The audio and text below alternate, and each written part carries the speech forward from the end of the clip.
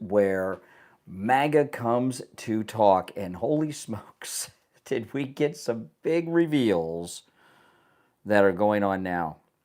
This is very exciting. It doesn't get much better than this. I mean, things, just huge things are happening.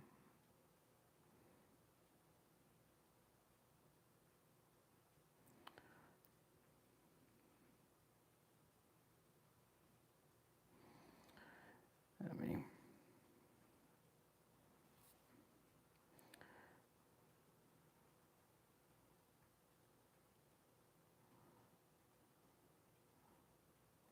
welcome everyone. Typos.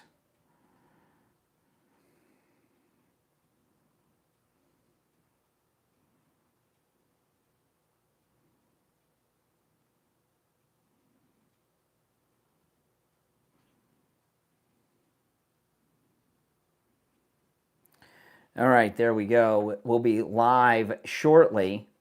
Got my new Gulf of America coffee cup. I got a whole box of MAGA gear in the mail that just got delivered a few minutes ago. So I'm assuming my wife ordered this. Another Alligator Alcatraz t-shirt, an Alligator Alcatraz hat, and a Gulf of America mug. I washed the mug real quick, and I just got this at the front door like 10 minutes ago. That's right.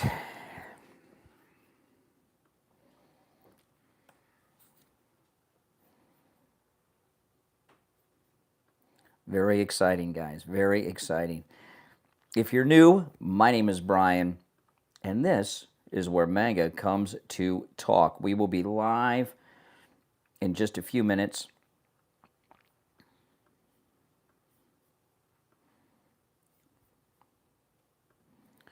And of course, taking your calls.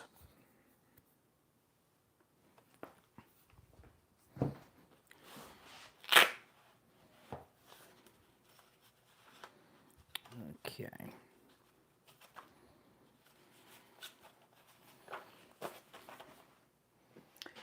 Oh, what an exciting day. I mean, this really is an exciting day. There's no getting around it. Very exciting.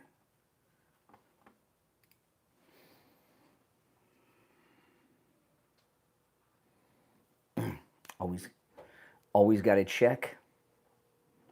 Make sure I turn on the phone lines. There we go. All right. Phone lines are on. Oh, yeah, I've got a great story I'm going to be leading with today.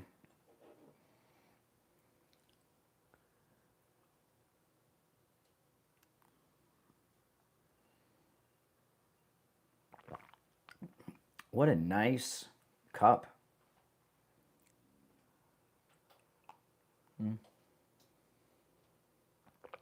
Elephant relaxing on the beach along the Gulf of America.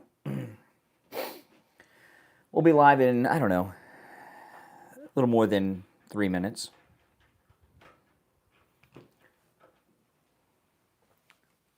Pepsi, what are you doing? What are you doing, Pepsi?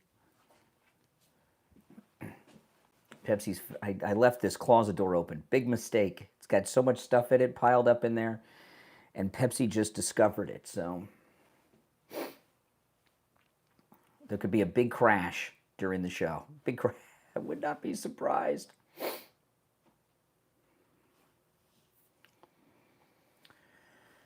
All right. See? Oh my goodness. I know.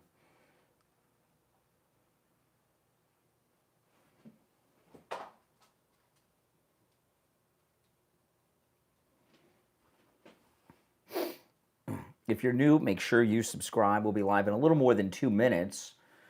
And, of course, we've got a lot to cover. A lot to cover. Oh, good. Pepsi came out of the closet.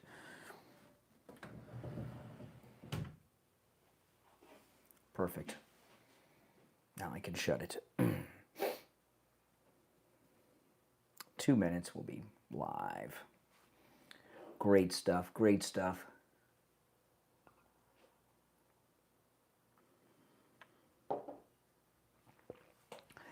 This is a great time. Kash Patel, Bongino, and Pam Bondi are about to be redeemed to everyone. Well, thank you, Jack.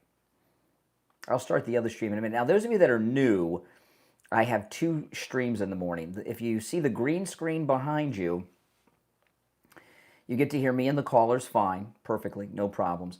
But if you want to hear the audio that I play, see the articles, and get the benefit of the green screen effect, you have to go to my other stream, which I'll be starting in about a minute.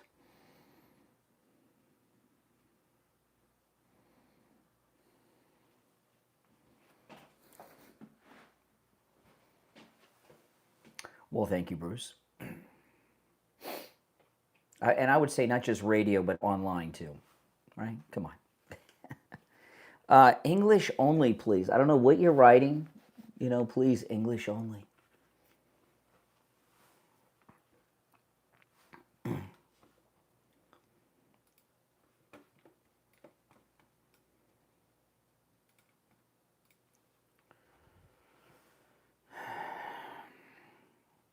Just how about the best show on all platforms? Radio and all platforms. How about that?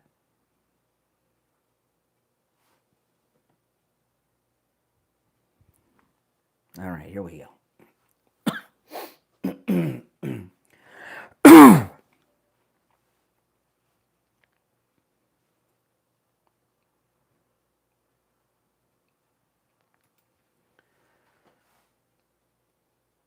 Welcome to the program, everyone. My name is Brian Craig. It is Tuesday morning already, July 15th, 2025. And you're listening to Florida's longest-running radio show, The Steve Kane Show, on the radio since 1977, celebrating 48 years on the radio. Okay, we have so much good news that I'm going to be opening up with today. I'm very excited.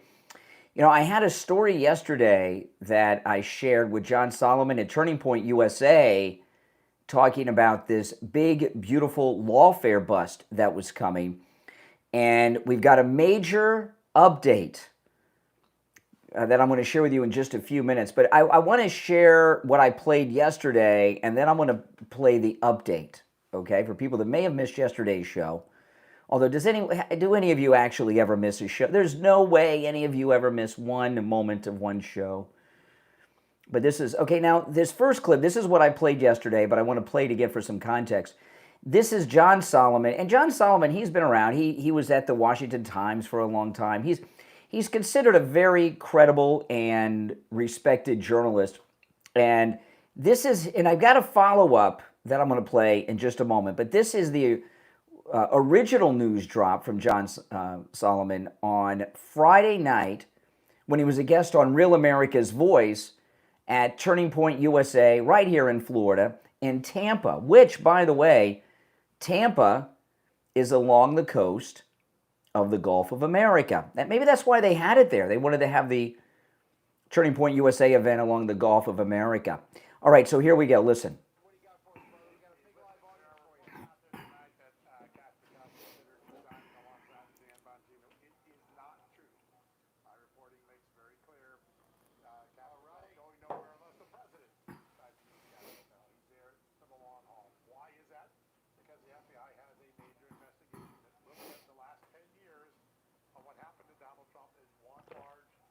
Mm-hmm.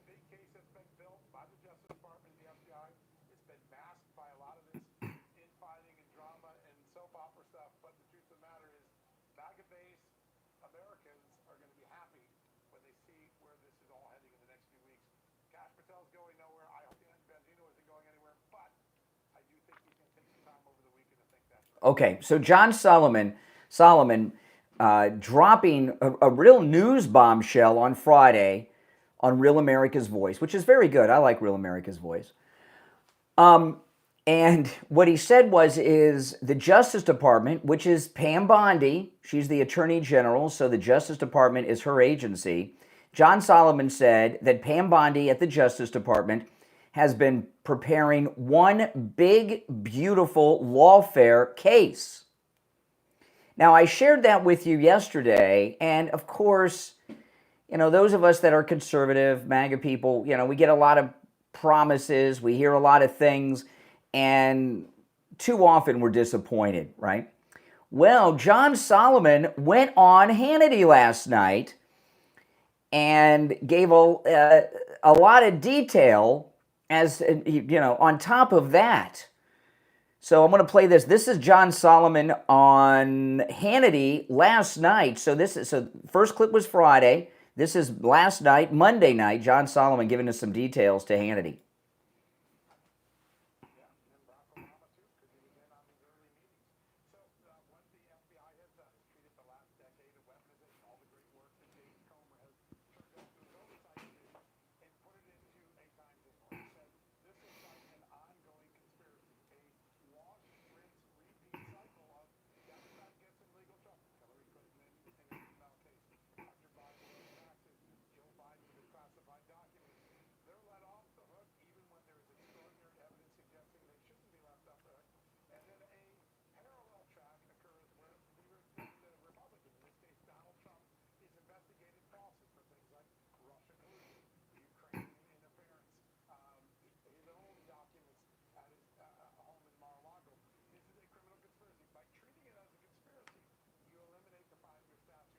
Ah.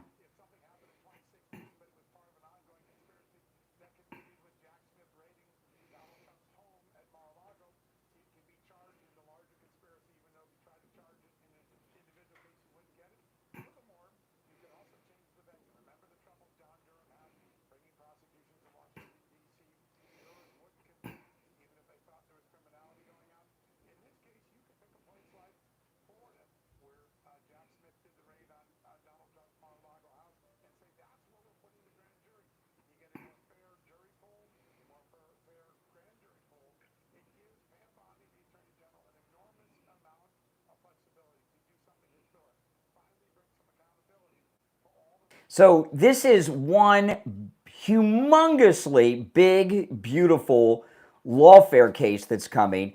And, a lot of these crooks that have been running around who don't, one thing you got to understand when you're talking about Comey and the Clintons and all their minions that are involved in their conspiracy against the president for the last decade, they don't view themselves as criminals. These are psychopathic criminals, right? Like the ones that in the 1966 Batman TV series, those lunatics running around, the Joker and the Penguin, they're a bunch of lunatics, crazy people.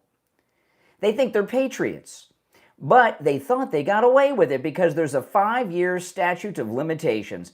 Well, John Solomon, who's got very good sourcing, and this is obviously coming from senior people in Pam Bondi's orbit, in the president's orbit, and that what they're doing is getting the public ready for this, is what's going on.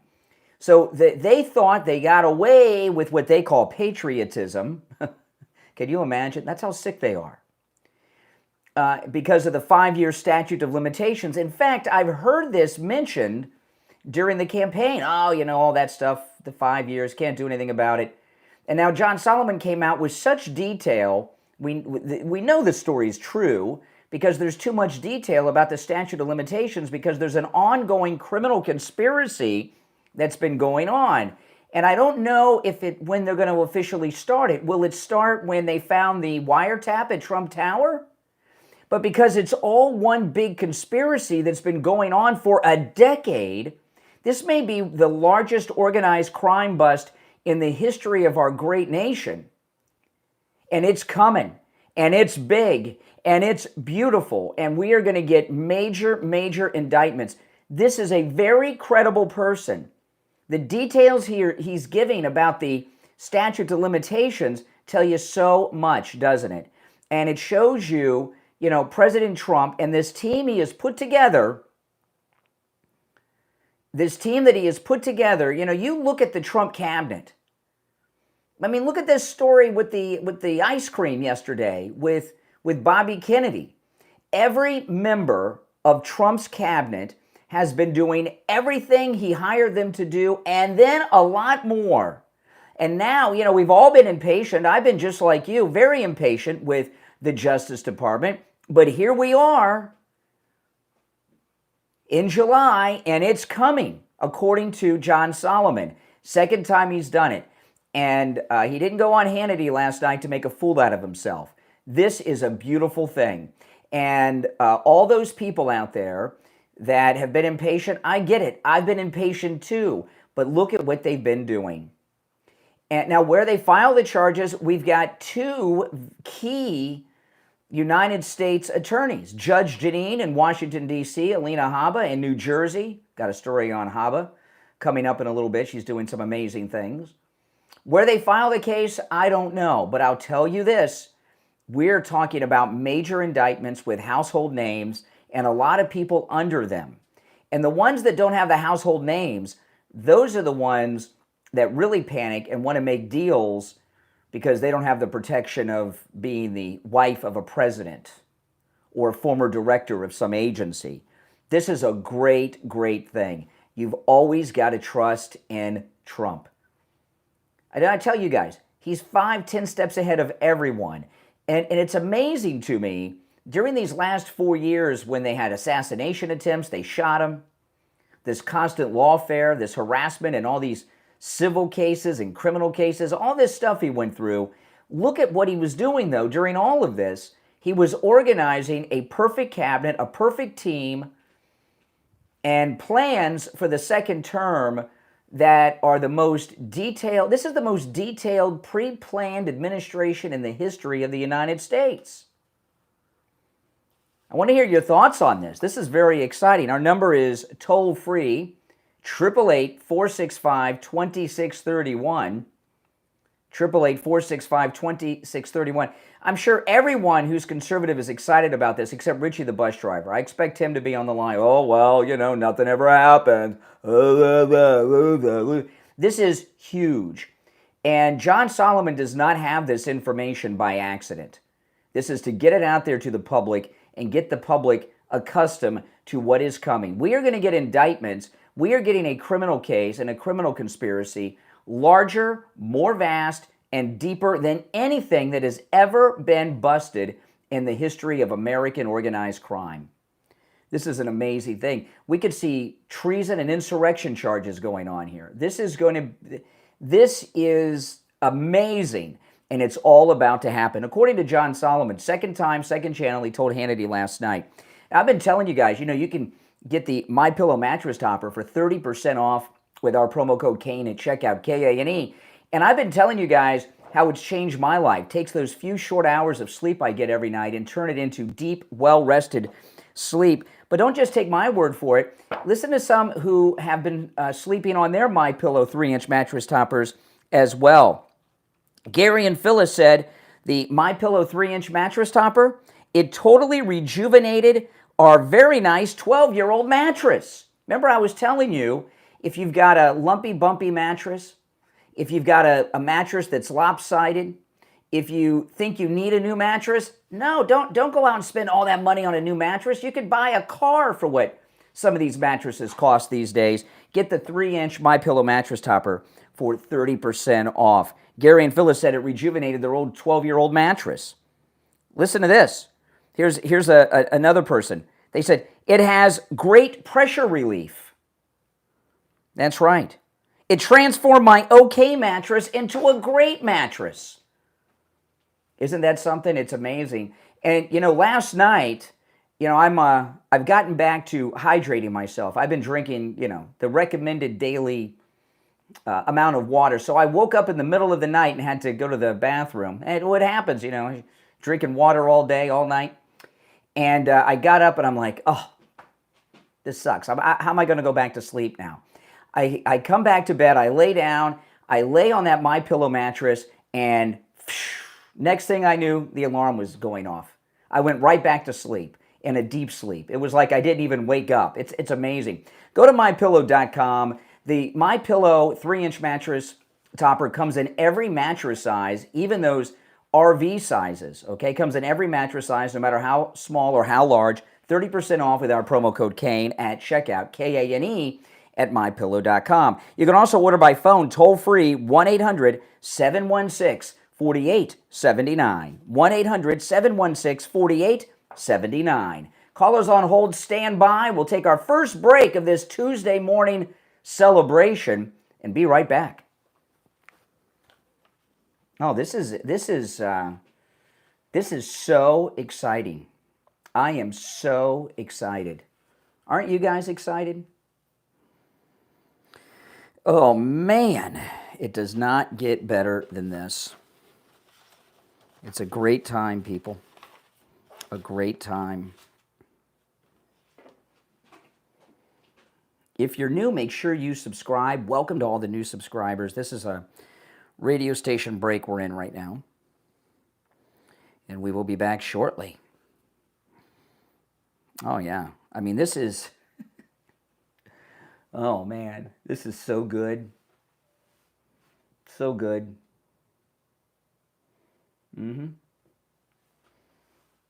Welcome, everyone. This is the kind of news we need, isn't it? Yeah, I got a whole package today. Right before I went live, I got a package delivered, and it's all MAGA stuff. It's got, I'm assuming my wife ordered it, a Gulf of America coffee cup. And I got an alligator Alcatraz t-shirt and hat. I haven't even looked at those yet. Oh, let me get them.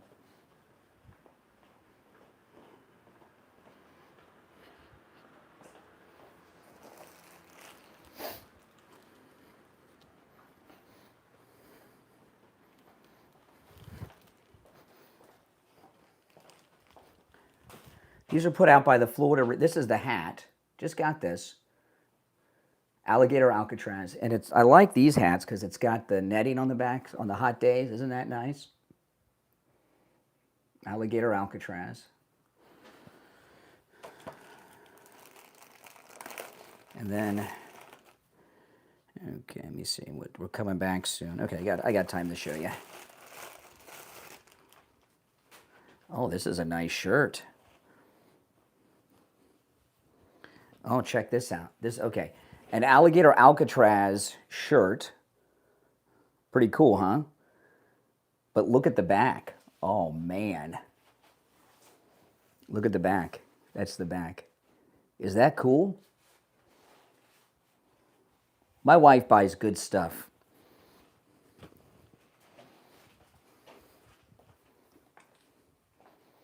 How exciting. Yeah. Yeah, those are cool. Yeah, I got like 10 minutes before I went live. It was get delivered, and I almost didn't open it, but it was sent to me. Most of the stuff that comes to the house has my wife's name on it, so I said, okay, let me check this out. And I was very excited. And, of course, this Gulf of America coffee cup. I washed it immediately so I could drink my coffee out of it.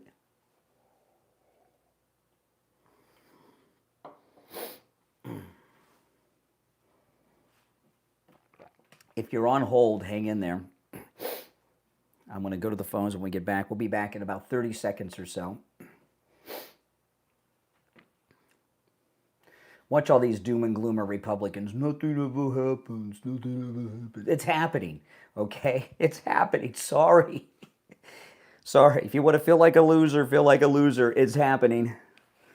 And it's happening now. All right. Oh, boy, oh, boy.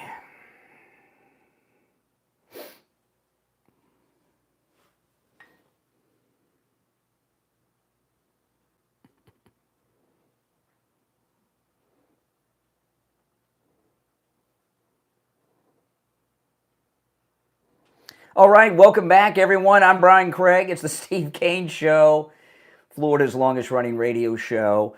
If you missed the first segment, I'll recap in a bit. After the bottom of the hour, I'll recap the beautiful, exciting news. But first, I'm going to take some calls, all right? You're on the air. What's your name? Where are you calling from? This is Patrick from Delaware. How are you, brother? I'm doing all right, Patrick. How are you? Fantastic. A great day yesterday. I just wanted to update you because you're talking about Judge Janine and Alina. Yeah. My wife Julianne was just appointed the U.S. Attorney for Delaware. Oh, that's awesome. So she must you're connected. You never know who's listening, people. Yeah, I called you a year and a half ago. When, I remember you. We were up the Hunter plea. Yeah, I remember you. So your wife has been appointed the United States Attorney for the entire state of Delaware. It's a small state, so they only need one. That's cool. Correct. Yeah, District of Delaware. Trump called her into his office last month and actually interviewed her personally and asked if there was corruption in Delaware. Yeah, isn't that where Biden and Hunter live? Of course. That is correct. Oh yeah, there's corruption. Oh yeah. She'll be coordinating with Alina, and we believe that Delaware is going to be the center hub of all this that's coming down that you're finding out. Make sure that they check the glove box in Biden's vet that he's always talking about. Because he loves that vet so much. He's got something in that glove box to show off when he's driving around in the vet. Oh yeah, that's right. Maybe it'll be another laptop. Yeah, exactly. Some secret document. Exactly. That's awesome. That's the update, brother. We're listening here in Delaware. Awesome. Just keep digging and digging. You always seem to have all the right information. All right, take care, man. All right. Isn't that nice? The president just met with his wife, gave her a big job. Oh, this is exciting. The best way, to not get in trouble, just assume everybody's listening all the time, right? And you never know because you never know who's listening. We're like that. We are one step removed from the president just in that call. It's like that 6 degrees of Kevin Bacon. You're on the air. What's your name? Where are you calling from? Hey, good morning, Brian. My name is Kerry. I am from Kentucky. I just wanted to make a comment. It kind of goes along with everything, but mainly it targets the people that are just complaining and bad-mouthing President Trump and everybody associated. He has had more fiery darts thrown at him in every decision, everything that he has done. He always, 100%, always faces opposition. And I'll tell you what, I am so proud that he does. He plus being shot and shot at, he's made of iron. I'll tell you what, he has got so much oomph to him, I guess is a good word. Oh yeah. I don't know, the good old Southern word. And he doesn't let it bother him. I'm sure it does bother him deep inside when he gets to his alone space, but it doesn't affect his decision making. And I just want to, if you don't like him for anything else, you need to like him for that. That's right. What I'm saying? That's what I'm saying. Absolutely. All right, Kentucky. Take care, man. All right. You're on the air. What's your name? Where are you calling from? Yeah. Good morning. I was going to call you later, but when I heard you bring me up with the blah, blah, blah, I'm excited like you are. Yeah, you sound like it. I just woke up. I wake up to your voice and the alarm clock. Let me say this to you. I appreciate they're going to probably get a special counsel for this Epstein deal, so that's out of Pam Bundy's hands. That satisfies me and a lot of people. Now, this other thing, you're 100% right. I'm happy about this, but you left something out. Yeah. With you and both. Here's what you left out. How long have I heard on this radio station from you? I'm so sick of Goma with these hearings and everything. I'm so sick. This is going on for. Yeah, but this isn't a Comer thing. This is a Justice Department thing. Right, and the evidence they're using is all the hearings that some. No, not all the evidence. Some. Yes, sir. Some. He was not some. He was sitting there, and so what? And what's his name gave all the credit for so it. what? Come on. You know, here we are winning the Super Bowl, and you're telling us, and you're like upset about it. You just like feeling like a loser. You don't like feeling like a winner. Upset. I'm not upset. I'm upset. You're the one that knocked Gomer for 2 years over these hearings. You said, "I'm so sick of this man." Come on, don't tell me you didn't. Well, then I'll be proven impatient and incorrect with that. Yeah, thank you very much, because that's what's important. A lot of the evidence is coming out of those hearings. All right, Richie, appreciate the call. All right, what was that? He's incoherent. You're on the air. What's your name? Where are you calling from? This is Mike from Louisiana. Hey, Mike. You know, the hardest thing you can prove is a conspiracy. But if they can prove a conspiracy, then that means people like Rod Rosenstein, Letitia James. Yeah, they're all part of it. Willett. Oh, and don't forget, who was that FBI agent with the girlfriend that was what was his name? Started with an S. Yeah, Peter Strzok. Lisa Page, yeah, that it includes them. Which is, because they're talking about going back to the beginning. Statute of limitations does not apply. Now, oh boy, did you guys see the weather come across Florida yesterday? Holy smokes! Yesterday afternoon, around 3:30, I have my living room window open. I got this huge window in the front of my house, and it's raining. It's coming. I'm hearing some thunder. Some wind gusts came that actually bent my palm trees down. Oh, sorry about that. I hit the mic like the wind. The wind was so strong, the palm trees in my front yard bent to the east. I couldn't believe it. And I told my wife, I said, holy smokes, that's got to be tropical storm force wind gust.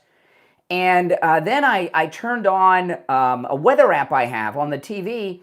The entire state of Florida was being hit pretty hard yesterday, wasn't it? It is hurricane season, and you want to be prepared. If you have a wet spot on your ceiling, you've got a leak in your roof, you want to call Tom Laporta at Laporta Roofing. He covers both the east and west coast of Florida and everywhere in between. He works with every type of roofing material and every type of structure, whether it's a single-family home of any size, an office complex, municipal, apartment buildings, whatever it is. He can also handle the job of any size, from a single unit to an HOA with over 300 units. He's a good MAGA guy. He'll never sell you a roof you do not need, meaning that if you just need a simple repair, he'll do it for you.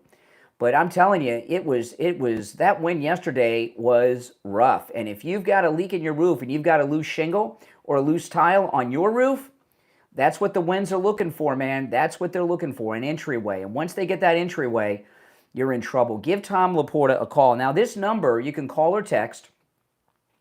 It rings directly to Tom Laporta's cell phone, all right? 954-604-4602.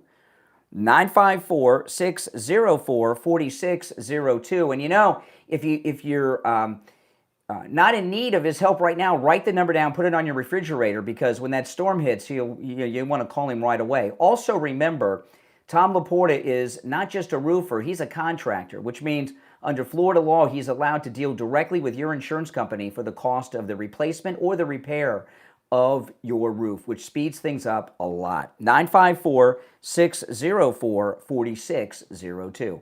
And his website is laportaroofing.com. We'll be right back. Oh, this is so exciting, man. This is as good as it gets. I am so excited, aren't you? Absolutely. Oh, man. Oh, no doubt, no doubt. When I got to freshen up my coffee in my Gulf of America cup.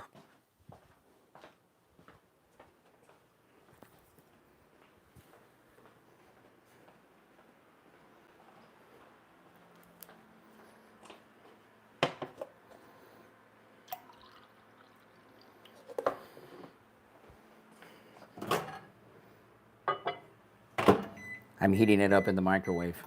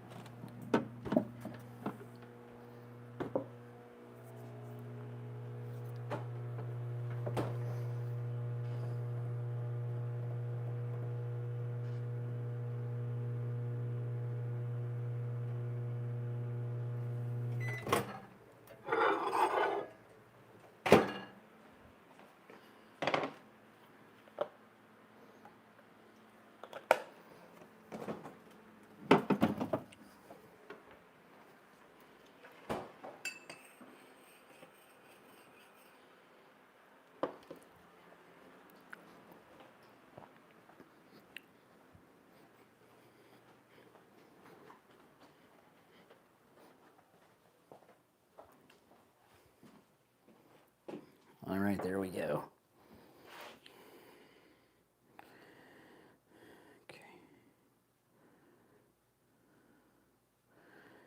Okay, we'll be back shortly, guys.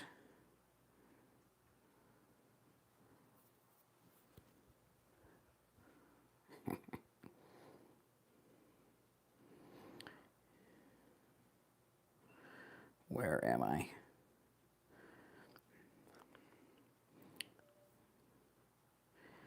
Okay, a little more than a minute, and we will be back.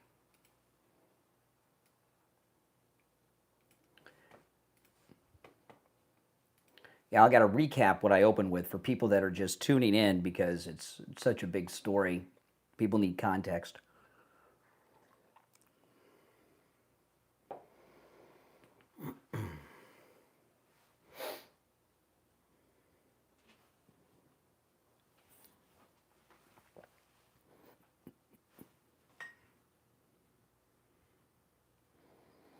Less than a minute. Coffee tastes better out of a Gulf of America coffee cup. I don't know why, but it does.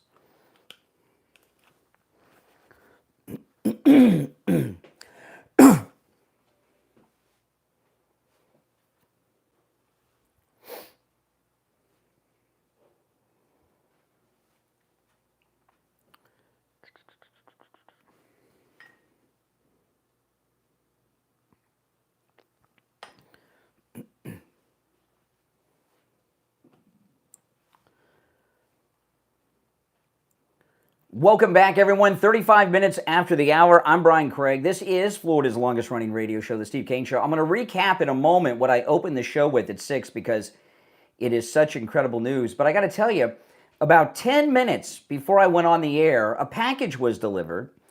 And I said, oh, let me open this up. This is interesting. So, because I don't know why. I was very curious. And what I found inside were 3 beautiful things.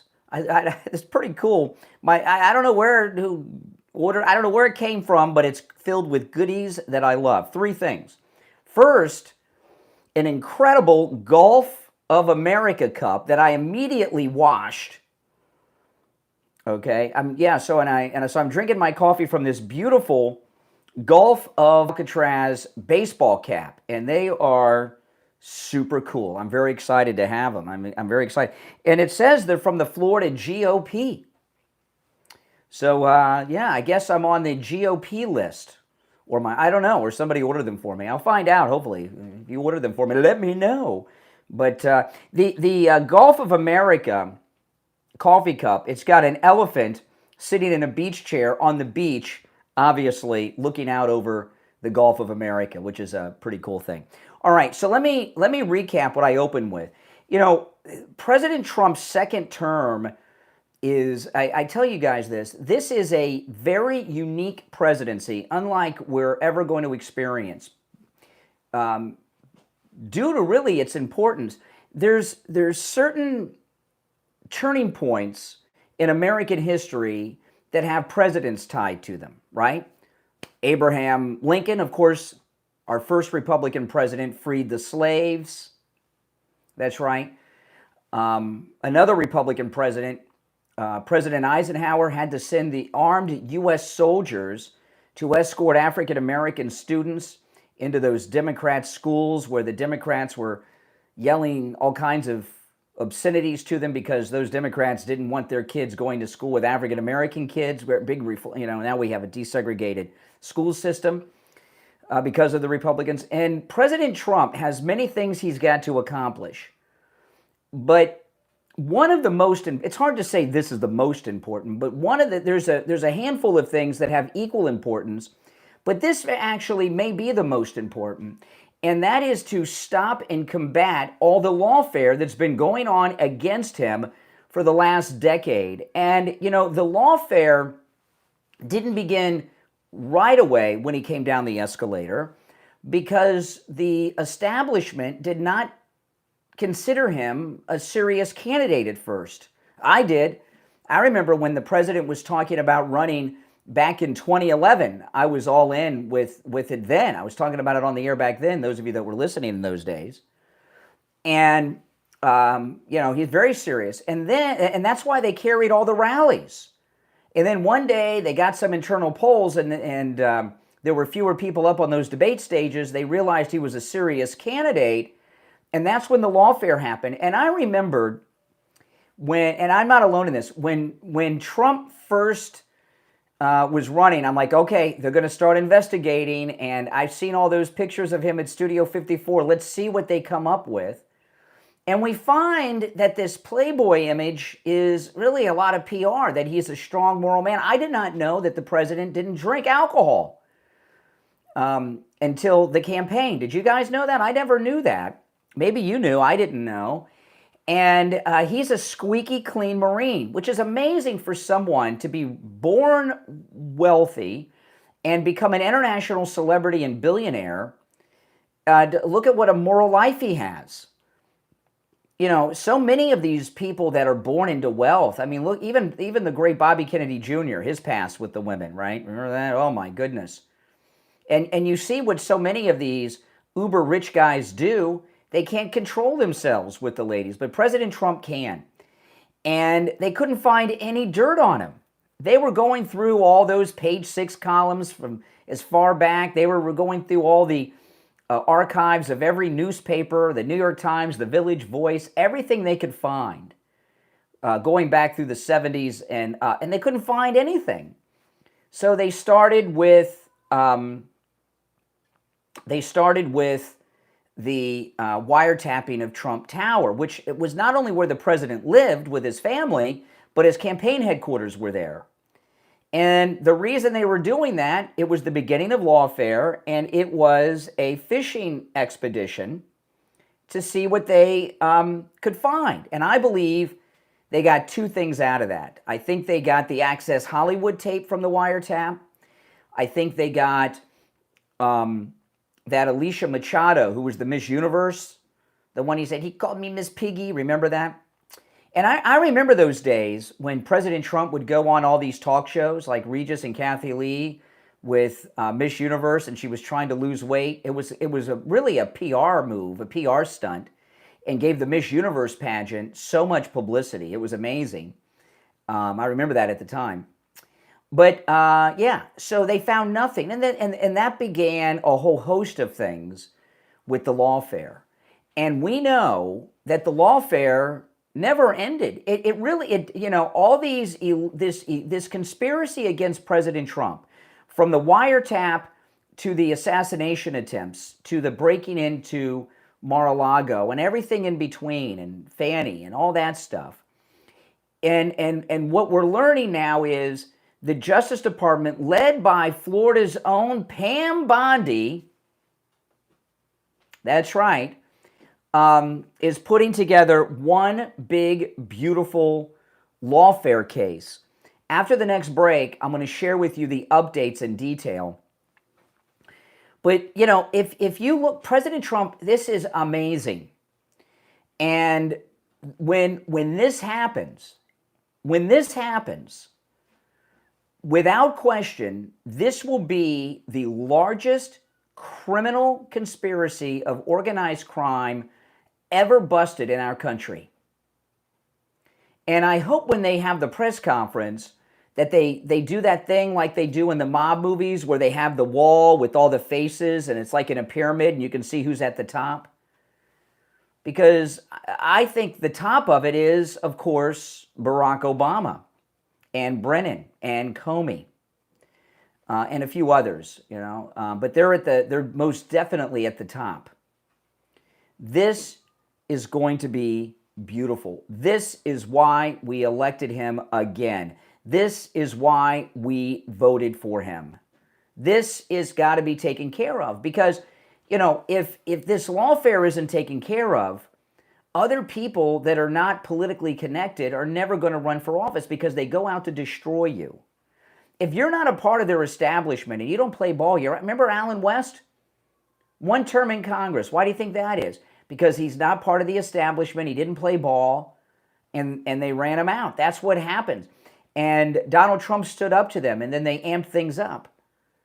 But he had support like no one has, plus unlimited wealth. How many people would be willing to put up with that and have the resources to do it? Now, Dr. Philip Appleton, he's absolutely amazing. You know, it's amazing. 3 years ago, he rid me of pain the first time in my knee that I was suffering from for 20 plus years. And he's rid me of pain a total of 7 times. And I'm going to tell you, these were some pretty bad pains. Arthritis. Arthritis is oh man. When I was young and I'd hear people talk about arthritis, I didn't understand it till I had it. It is a pain that, you know, you want to cry, but you don't, and you just want to go to sleep. You know, and I remember I had this pain. It was in my hand, and I went to see doctor. I didn't know it was arthritis. I thought I had jammed my finger. You know, I used to play basketball when I was a little younger, not on a team, but like with my friends, and I had jammed my fingers so many times with the basketball. You guys ever do that?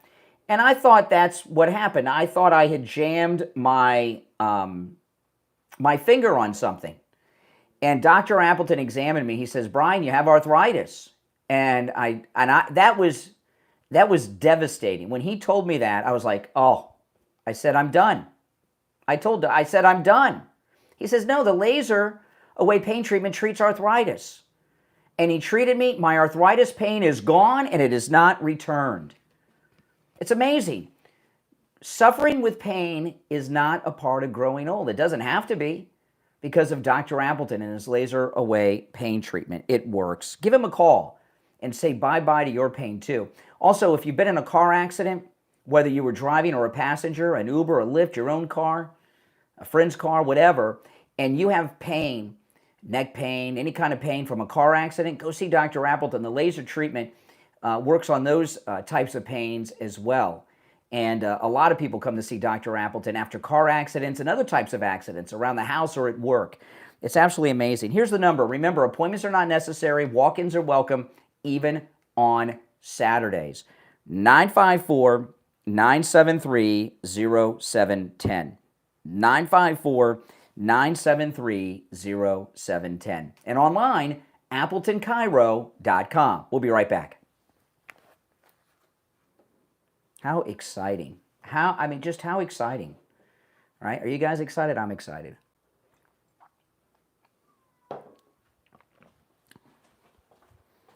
Okay, hold on. I got to let one of the cats in. Hold on.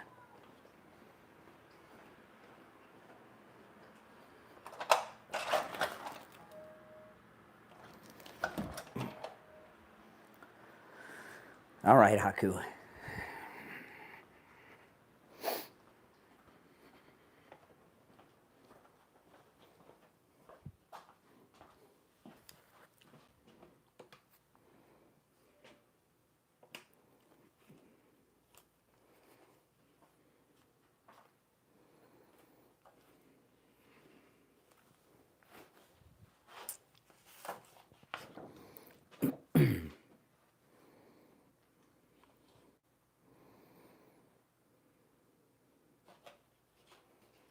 If you're on hold, hang in there.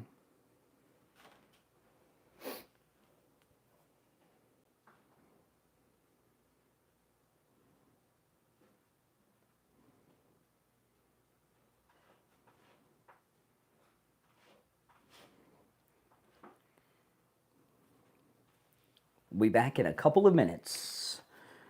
Oh, this is so exciting, guys. So exciting.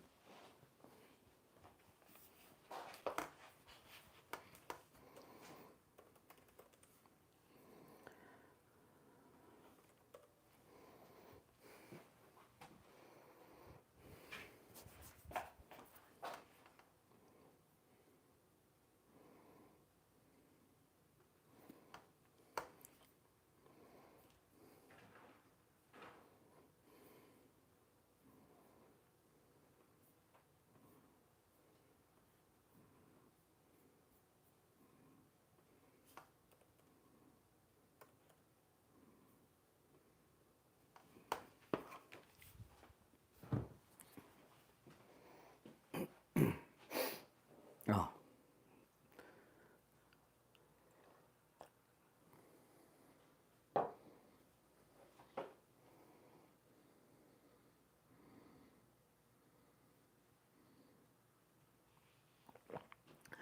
Oh, I can't wait. If you're on hold, hang in there.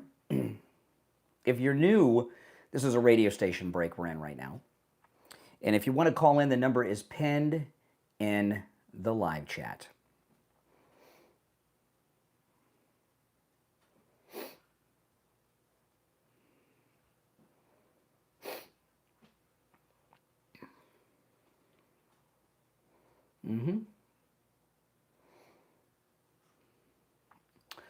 Oh, this is just great stuff. Well, I've got a lot more to cover too, but this here is, I believe, the big story of the day. I'll get to other things as the show goes on. We'll be back in less than a minute.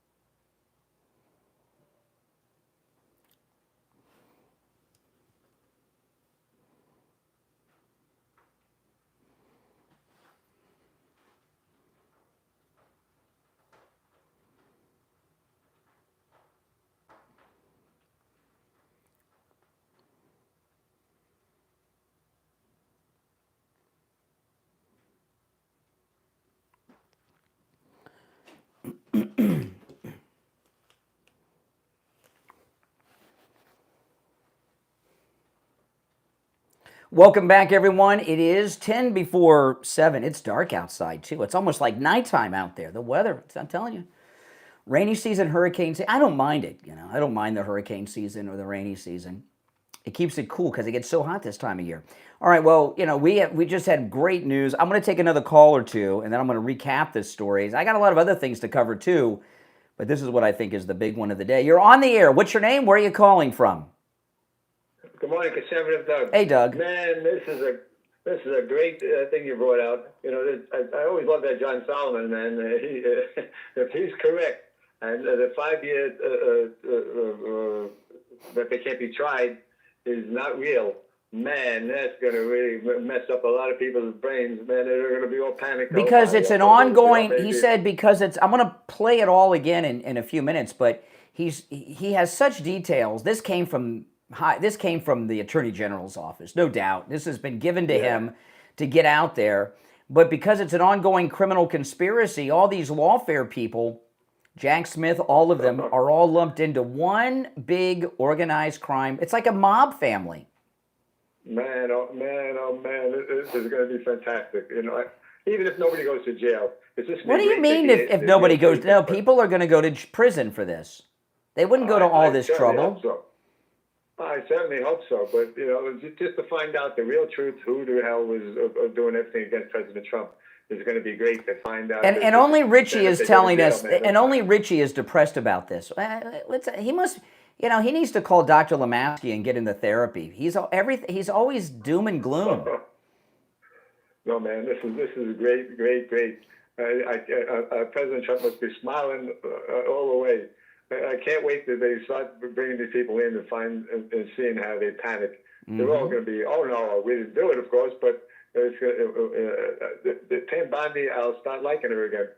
If this is really happening, this is going to be great. I can't believe it. All right, take care, Conservative Doug. Now, the rest of you on hold, hang in there.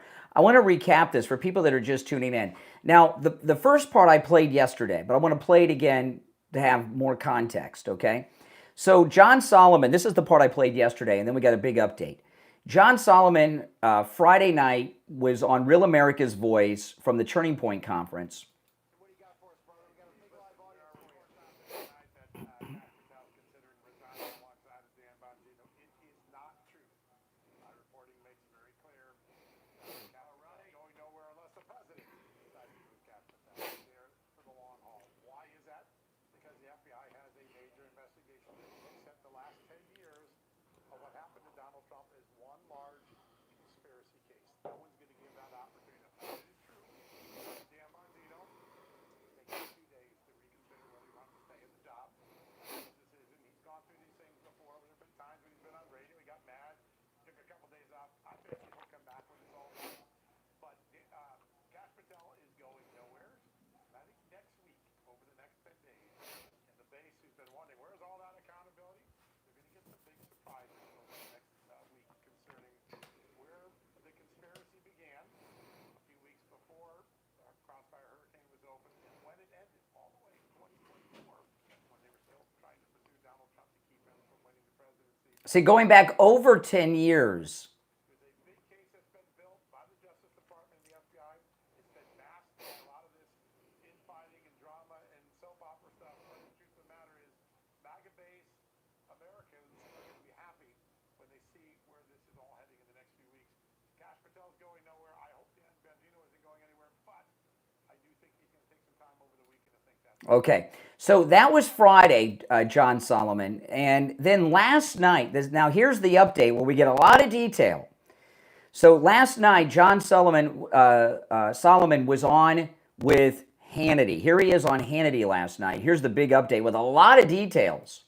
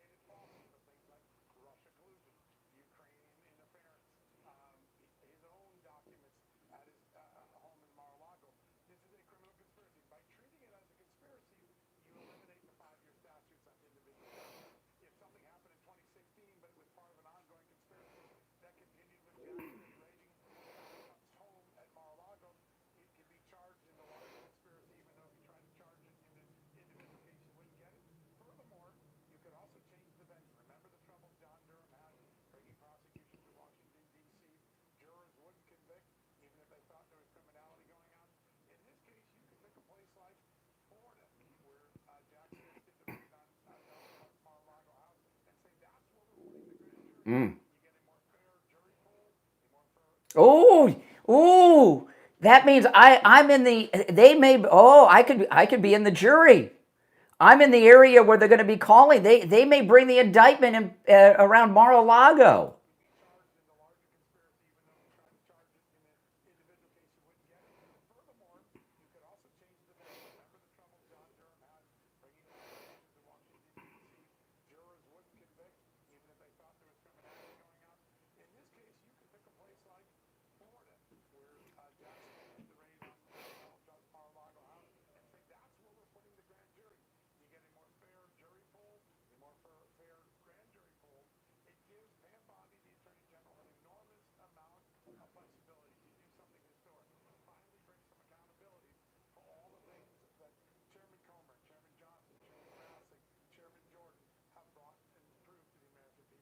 Oh, man. So now, not only do we have a follow-up from John Solomon, we have a lot of details. There's no doubt in my mind that his source is the Attorney General's office. He has too many details about the case, how they're organizing it, the statute of limitations. And here he's even telling Sean Hannity about they can have it in Florida, which is, by the way, Florida is MAGA country. This is a red state. So we don't have to worry about one of those D.C. juries of a bunch of corrupt people. This is beautiful. One big, beautiful criminal conspiracy RICO case. And some of the people that'll be involved in this would include Letitia and Fannie, these corrupt judges.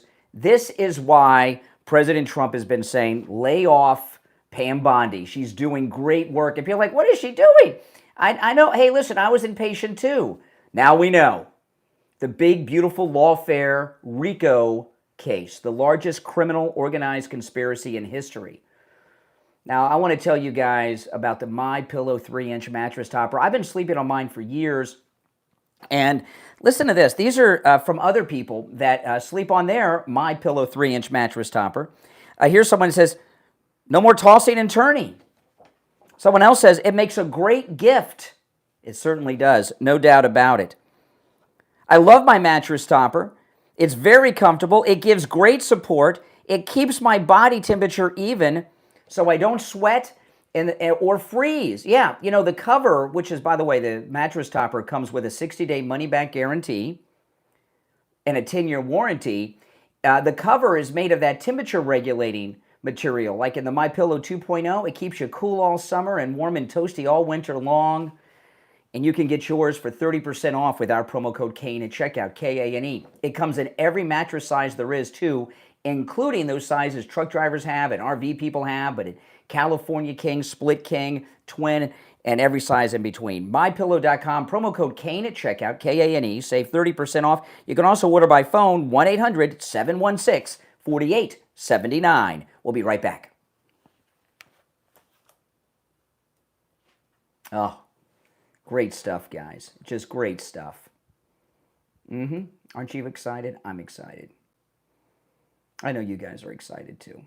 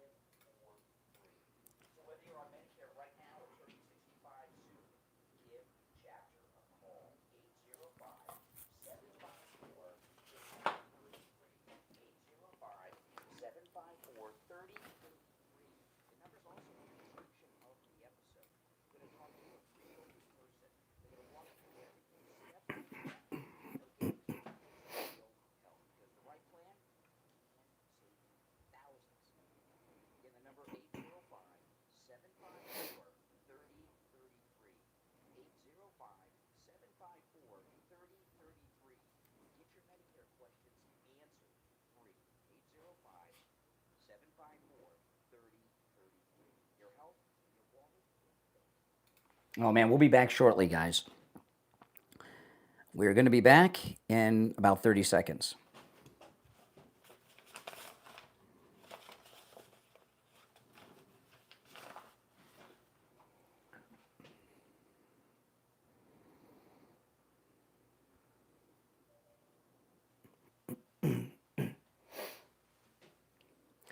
I forgot that. What's this guy's name right here? He's interviewing Newsom. This podcast. I forgot his name. The fighter. Can somebody in the chat tell me his name? I just forgot his name.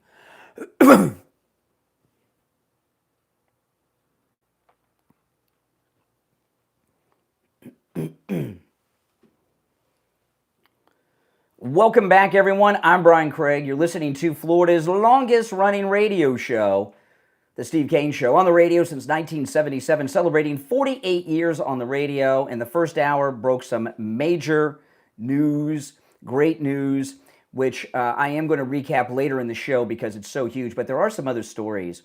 Okay, Sean Ryan, he interviewed Newsom, and Newsom still thinks he's going to be, president. And the thing about Newsom, doesn't he look insane? The Democrats, their positions are so stupid. So Sean Ryan, he's a podcaster, he's interviewing Governor Newsom, and Sean Ryan asked a very good question of Newsom: should an 8-year-old be able to get a sex change operation? And and the thing about it is, it's when you're talking about something that is a permanent, irreversible decision, it's not, when it's something like that, obviously the answer is no. This is something that probably shouldn't be done until someone's 30 or more, 30, 35, even 40, really. Because, the brain doesn't stop growing until you're like 25. So if you're 25 or younger, your brain hasn't even fully developed. You don't know who you are, what you are. And, I look back at myself at 20, 25, and some of you may remember me from back then. I'm a lot different now than I was then. Boy, oh boy. But should an 8-year-old be able to get a sex change operation? Sean Ryan asked Newsom. I'll play for you in a second. But it's so weird because we had this conversation for years about abortion. And underage children could get abortions without parental permission. And the debate really became parental notification. So your kid is underage. They're at a Planned Parenthood facility or a doctor's office. And that right before they did the procedure, they were required to let the parents know, but not even get their permission, which is insane because in the state of Florida, if you're under 18, you can't even get your ears pierced without parental permission. But the liberals think you should be able to have abortions and sex change operations. So 8 years old. So here's the question is to Governor Newsom from Sean Ryan: should an 8-year-old kid be able to get a sex change operation?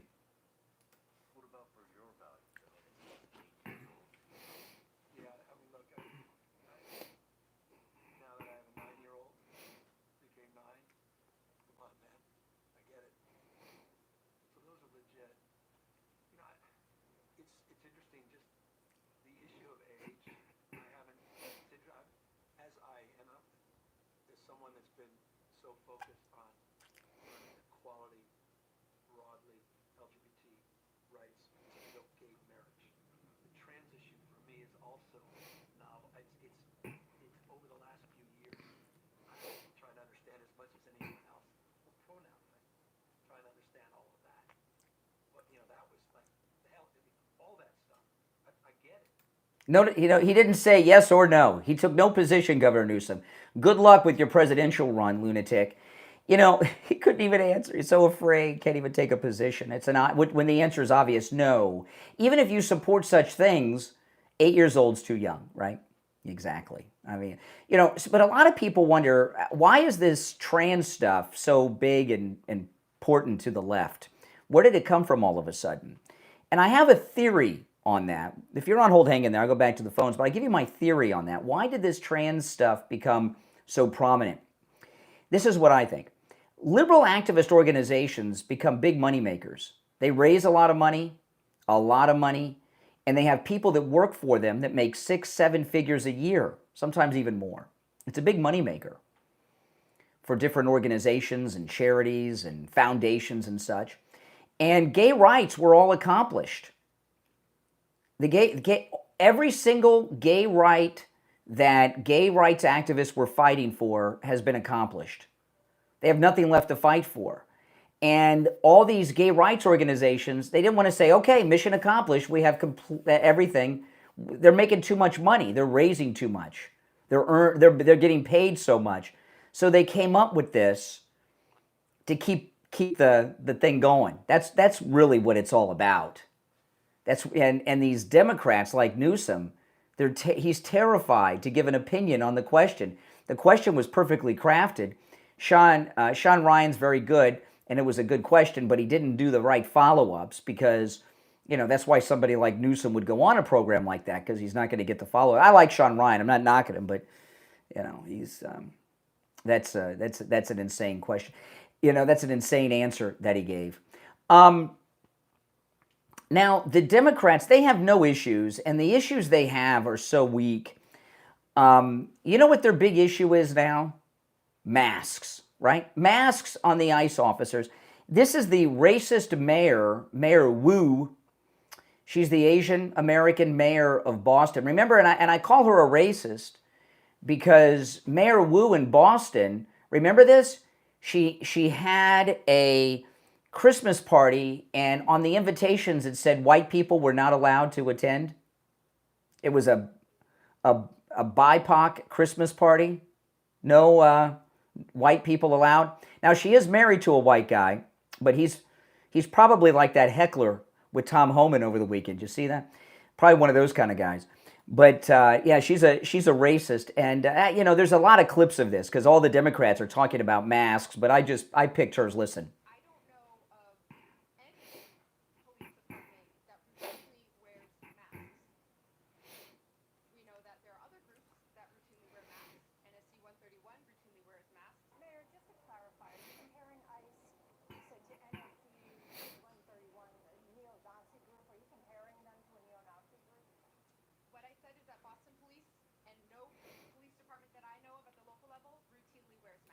Okay, so the Democrats are against mask now, right? If you have a mask, you're a Nazi.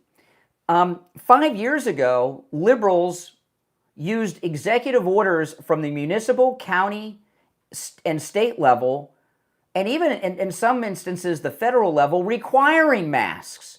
You had to wear masks everywhere. It was insane. I went to many places. You couldn't get in without a mask. Remember, they were checking you at the door. You had to have a mask on. And this was brought to you by liberals. Now, all of a sudden, mask wearers are Nazis? So were you making us all Nazis 5 years ago when you were mandating masks? But, listen, I'll explain this for the liberally impaired in the audience as to why the ICE agents are wearing masks. It's a little more detailed than that. I've noticed over the years that the police, the regular police in Mexico that we see on TV sometimes with bust, always wear masks. Because south of the border, these cartels and these MS-13 people and the trended people, they don't just go after the cops. They go after their families and do god-awful things that we don't want to even think about or talk about. And the people that ICE are going after are those people in this country now. And it's for their protection. I had I know this is hard to believe, but I had a threatening incident a while back, and I had to talk to the police about it. And it was taken care of, by the way, because as I tell you guys, when such things happen, I don't play around with that. There's a lot of weirdos that, do things all the time, and I take care of things.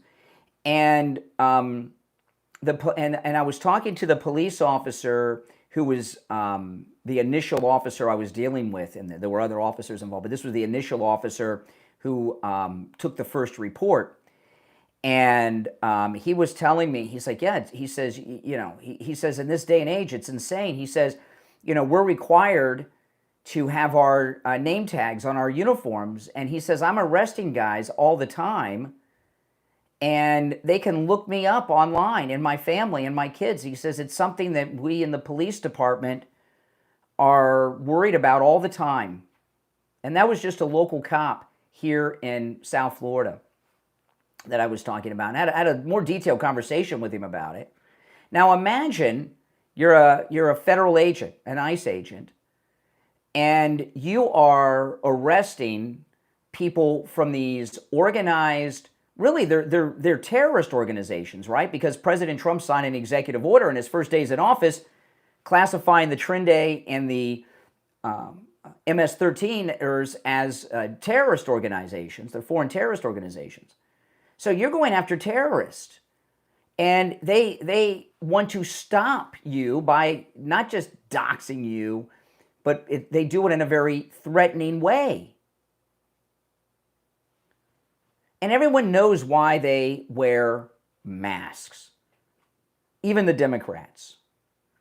But the reality is the Democrats want the masks off so that they can help intimidate these people. They can find them on social media and find something controversial or something to try to discount them or something. The Democrats are sick. And they're all lined up on this talking point about the masks. All right, if you're on hold, stand by. It is Tuesday morning, July 15th. My name is Brian Craig. And by the way, those of you that are coming to see me on Saturday, don't forget, come meet me Saturday at Attorney Barry Siegel's office at 10 a.m. in Boca. It's a full house. There's no more space. So those of you that called and made reservations, you guys, of course, are locked in. I look forward to seeing you there. But this is my first appearance that I've made since all my weight loss, courtesy of Coastal Weight Loss Secret. I've lost over 35 pounds since my last appearance, which was on Inauguration Day. I feel great. I look great. I've lost all this weight. And I'm so glad because, you know, when I saw the photographs of me at my last appearance, which was at Wings Plus on Inauguration Day, and I saw, you know, because people would post pictures and tag me or email them to me, I was shocked at how I looked. I really was. I was shocked at how I looked.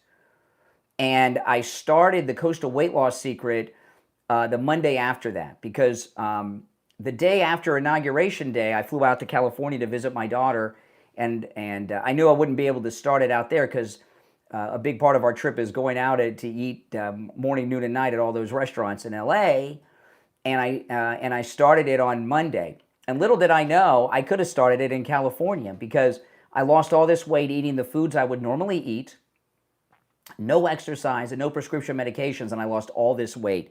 Give Coastal Weight Loss Secret a call. When you call, make sure you tell them you heard about them on the True Oldies channel. And remember, no matter where you're located, they can help you. No matter where you're located in the United States. If you can't make it into their office, that's fine.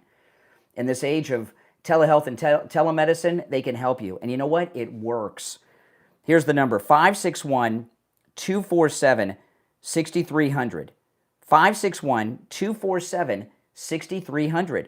And online, coastalweightloss.secret.com. We'll be right back.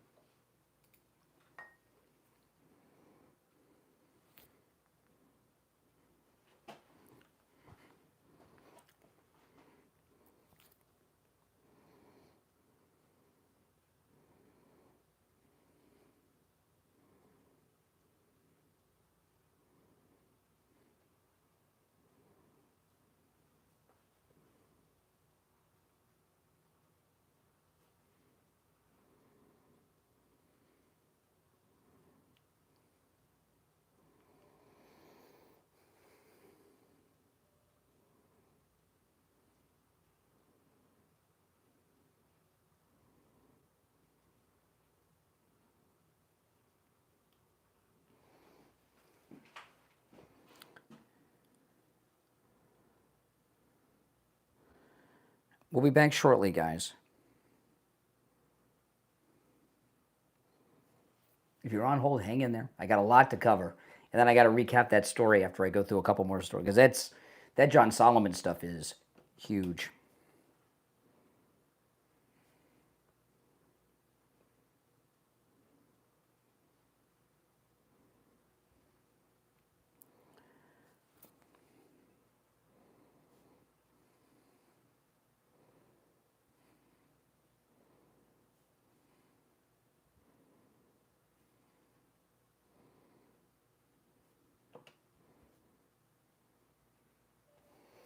If you're on hold, hang in there. We'll be back shortly.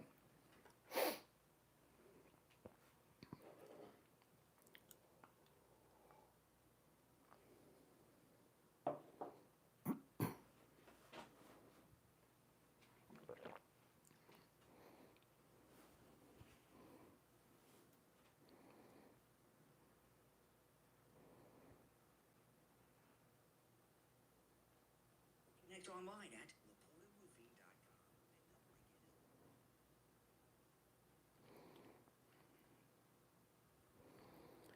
We'll be back in less than a minute. Yeah, if you're new, make sure you subscribe. This is a radio station break.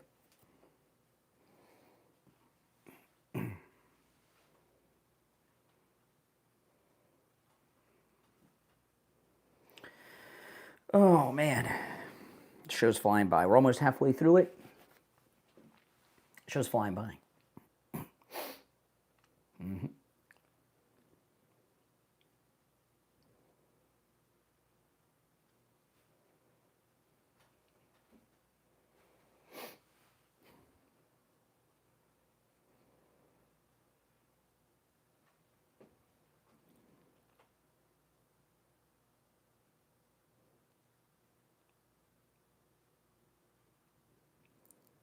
Welcome back, everyone. I'm Brian. It's the Steve Kane Show. We've been covering lots of great news. The big stories of the day, I will recap them after the bottom of the hour break because they're so huge. But I'm going to take another couple calls or two, and then I've got a lot of news stories. There's a lot of news today. You're on the air. What's your name? Where are you calling from? You're on the air once, twice. All right, you missed your chance. The rest of you on hold, hang in there. Okay. Now, you've always got to trust in Trump. Always. Always. He's always right. Even if you think he's not right, he'll be proven right at some point. And one of them is with the import taxes.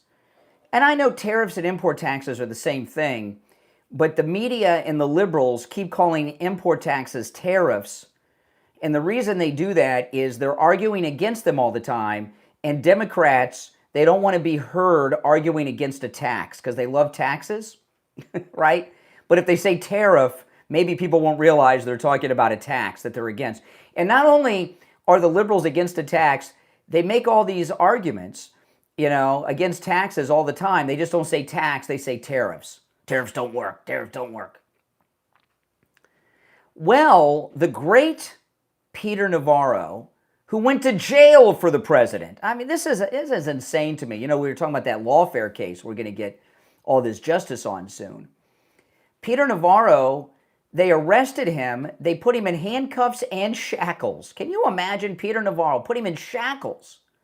He worked for the president of the United States. This was in the last 4 years. And they put him, and then when they arrested him in D.C., and Peter Navarro, they put him in the cell that John Hinckley was put in after his arrest, and they were laughing at him about it and telling, oh, you're in Hinckley's cell.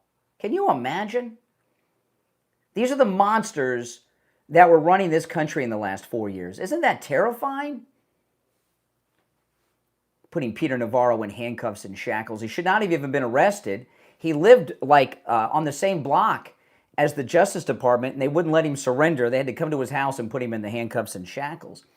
But anyway, he gave an interview to ABC News yesterday and was talking about all the great news from the tariffs.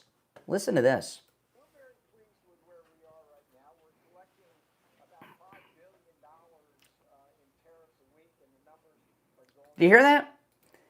The United States is collecting $5 billion in tariffs a week. And by the way, that's $20 billion a month, to do the math, on a 4-week month. We're very pleased with where we are right now. We're collecting about $5 billion in tariffs a week, and the numbers are going up. We've collected over $100 billion in tariffs since President Trump took office. Those help us cut our taxes, reduce our debt, and they act as a tariff wall to bring home investment. I don't know if you know this, Tina, but we've had commitments of over $3 trillion of new investment coming into this country. Okay, so I mean, this is amazing. And, you know, would President Trump's goal is a simple goal: eliminate all income taxes on the American people, right? Why are we paying all these taxes? The country used to be run on tariffs. President Trump said during the campaign, the whole country could be run on tariffs, on import taxes. Why isn't it? And I'm telling you, the next presidential election, this very well may be the big issue. The Republicans running for president on the promise to eliminate all taxes on the American working people. How could you argue against that? Would you want to run against that? That's exciting. Aren't you excited about that? Absolutely. Absolutely. The only people that aren't excited about it are people that don't pay any taxes. But they're paying taxes too. They're just too dumb to know it. But and we've just started, $5 billion a week, which he said about, so sometimes it's more. You're on the air. What's your name? Where are you calling from? Hey, good morning, Brian. It's Ricochet, the truck driver from Texas. Called you a couple times. How you doing this morning? Okay. Is that your CB handle? Like when you're on the CB? Do truckers still do that? Well, the old-time truckers like me, I've been out here 40 years. So, yeah, Okay. the old-time truckers still do. The new drivers have no idea what's going on. Really? Anyway, Really? Wow. The new drivers of today makes me embarrassed to be a truck driver, I can tell you. And you can see that with all the crashes on the highway. Anyway, that's another story. But let me tell you, I am so excited. I always, especially with Dan staying, at least that was the last thing that I heard the other day. Yep, he's staying. Official thing. Okay, great. That's fantastic. So I just wanted to say I'm excited, but I wanted to address Richie with what he was saying about all the Comer stuff. Yep. Yeah, but you also got to realize that we did not have the people in place at that time to take that information Correct. to do what needed to be done. And that was the problem with all these years that everybody kept saying nobody's getting indicted, no one's getting done, because nothing was in place like we have it in place now. So we could take all that information and finally use it for what we needed to be done, and the people that we got there are going to do it. So as an example, you know, the people in power, I mean, I've seen the videos online of non-English speaking truck drivers at these weigh stations being taken out of the truck. Oh. They are, and that's a great thing too. You know, the rates have gone down so much because of these people, and the roads are so dangerous because of these people. They have no idea what they're doing, and we need to get rid of them all because they are making these roads so unsafe. I see crashes in the truck stops because the third world countries have no idea how to drive. They don't have the culture that we have here. Yeah. So, it all needs to be cleaned up, and I do see it coming, and I'm excited about the trucking industry as well. So there's a lot of things going on, but this thing that's happening right now, I'm really glad. You know, I got a nephew. He's young. He's going to truck driving school. He wants to be a truck driver, and I think one of the driving things is the belief that truck driving wages are going to become more livable, because we're getting rid of all the illegals that shouldn't be driving, getting them off the road. And there's going to be a lot of job openings. Yeah. I've lost they keep saying there's a driver shortage. There's no driver shortage whatsoever. We're oversaturated with drivers. That's why the rates are down so low. Because the illegals. I've lost probably 45% of my wages over the last 4 years. Oh, literally. I used to do 3 a week. Now I'm down to about 1,500 to 1,700 a week. So It'll be back. to go back up. I mean, I'm out on the road. I work 70 hours a week. I'm out on the road for 3 weeks before I get to go home and see my family. and we need to be paid for that. Absolutely. Things are changing and things are coming good. So anyway, All right. everything is great. It Great is. show. I'm excited. Have a great day. All right, great talking to you. Thanks for calling. You know, a lot of truck drivers listen to shows like this. You know, you get a lot of good perspective from truck drivers because you know they know what it's like. You know, they're on the road. And my nephew, because there is a demand for truck drivers around the corner because they're getting rid of the illegals that have been taking up the jobs, who got to be driving around on fraudulent driver's licenses. How do they get those licenses if they don't have documents? Or maybe not. Some states, I guess, give the illegals driver's licenses. Who knows? But I know this, that that's a great career, and it's going to be a career that's back. It certainly is. Now, if you're on hold, hang in there. You know, this morning I was telling you I got a package filled with all this great stuff. A Gulf of America cup, an Alligator Alcatraz shirt, a new Alligator Alcatraz baseball cap, and I got a notification on my phone that there was movement in front of my house, and I looked, and it was a delivery man dropped off the package. And it was early this morning, too. It was before 6 a.m. You know, you can get a doorbell camera for free that connects to your cell phone, and you get that notification every time there's movement in front of your house, and you can see who and what is there. I love it. And you can get one for free from Sloman's with the installation of your Sloman Shield.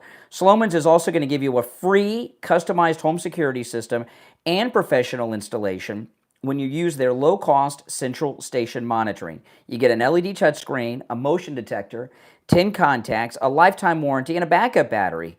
Plus, you'll receive a free doorbell camera with the installation of your Sloman Shield. Give them a call right now, no matter where you're located. 833-283-5050.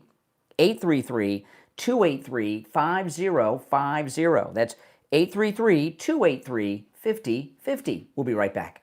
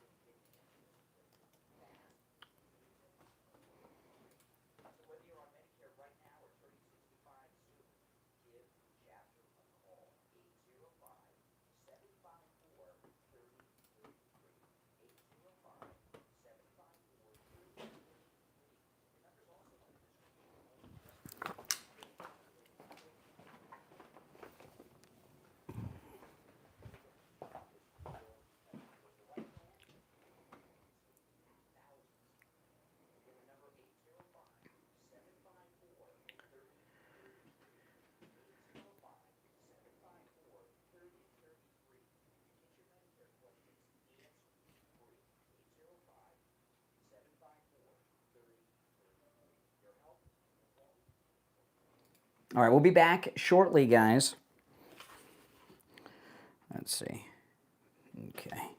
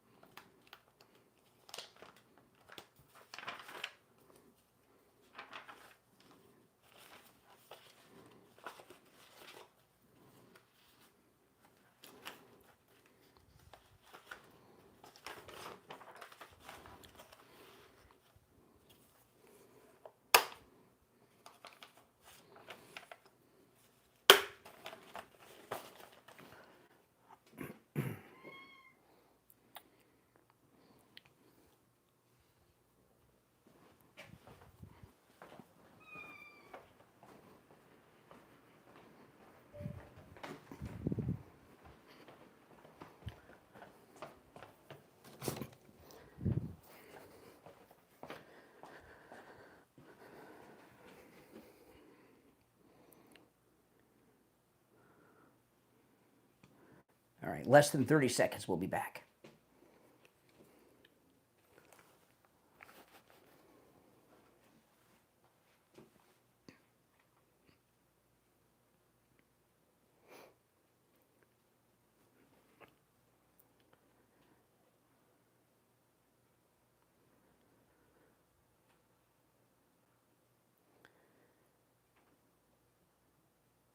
Welcome back, everyone. 33 minutes after the hour. Callers on hold, you stand by. It is Tuesday already, and we've just been covering so much exciting and breaking news.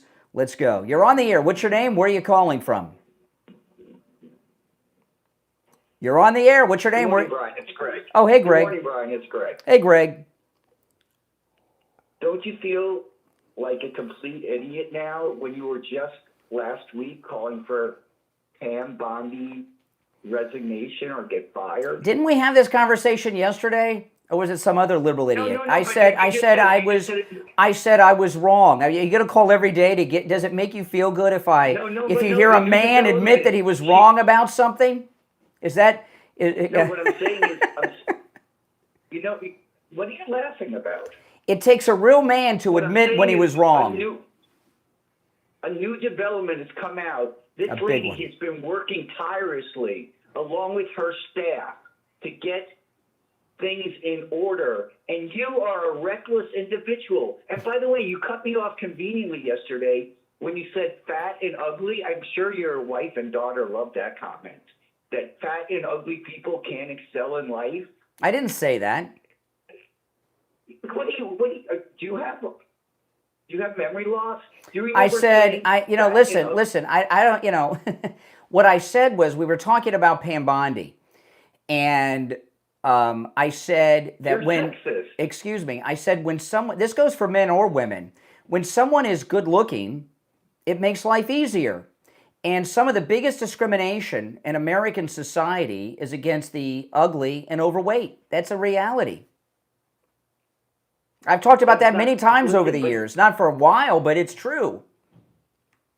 That's from your own personal experience. You're a sexist individual. No, my first job, like where I had a clock in and clock out, was I worked at Publix, and it was in Fort Lauderdale, on the Publix on Davie Boulevard, and this was like 1986-ish, somewhere around there, 86, 87.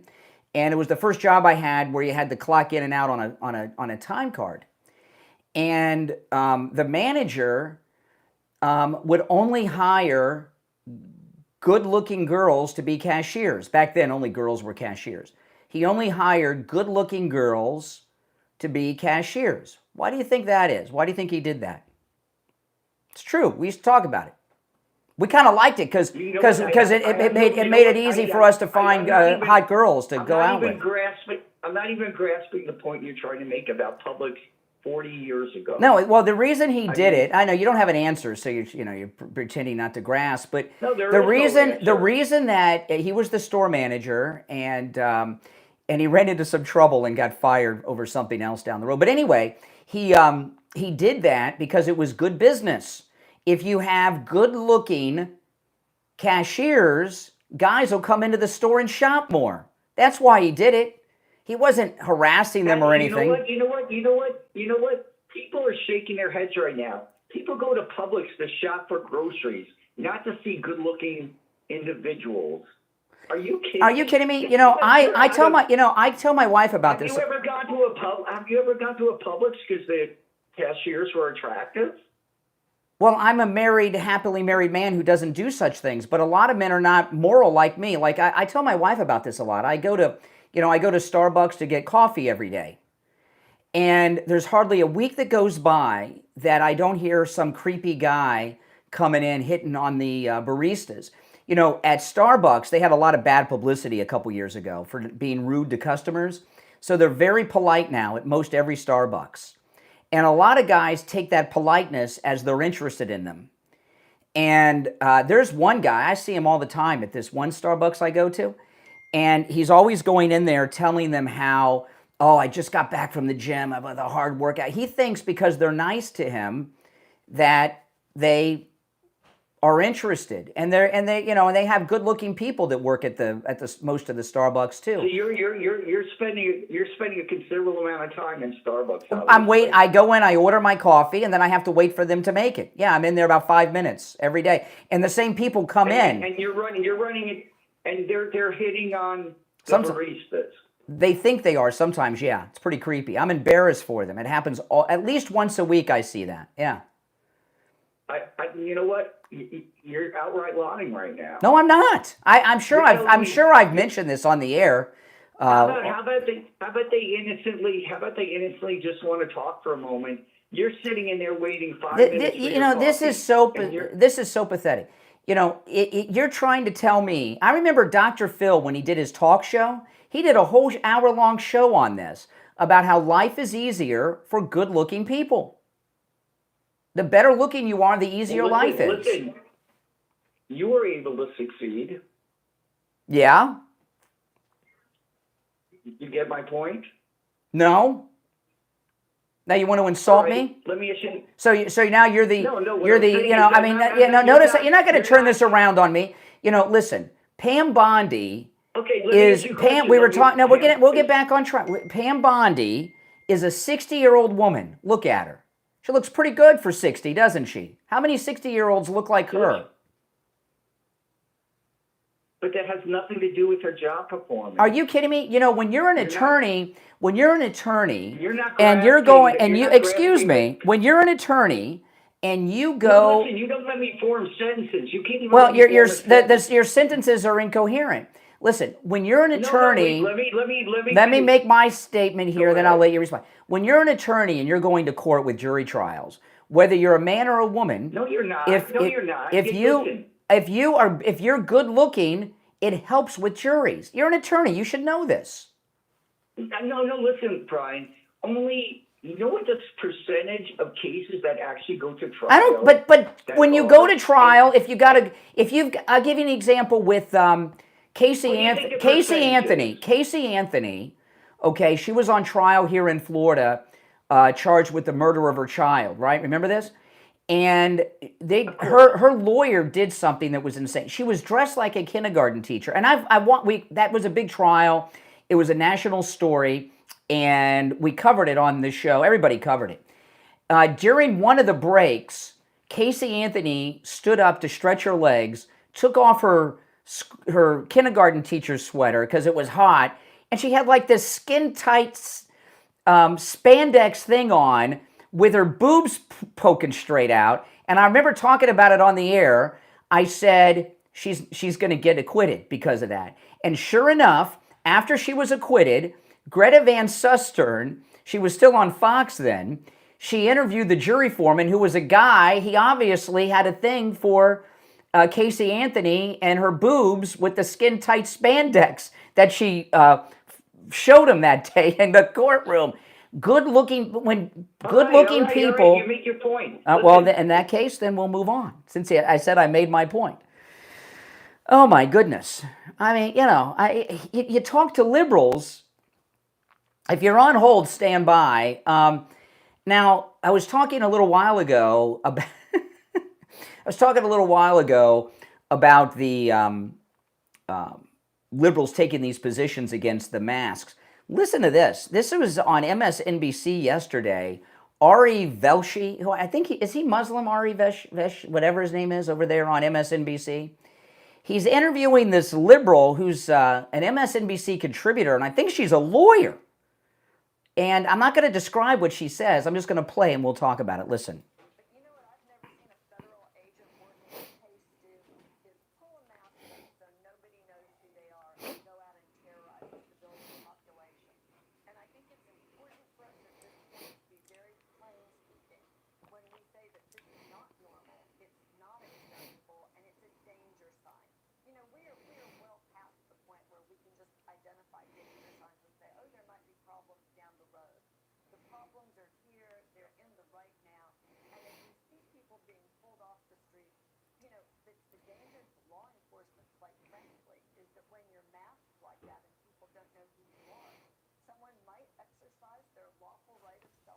Hear that? Okay, did you hear that? So this lawyer on MSNBC says you have a lawful right to pull the mask off of a federal agent in self-defense.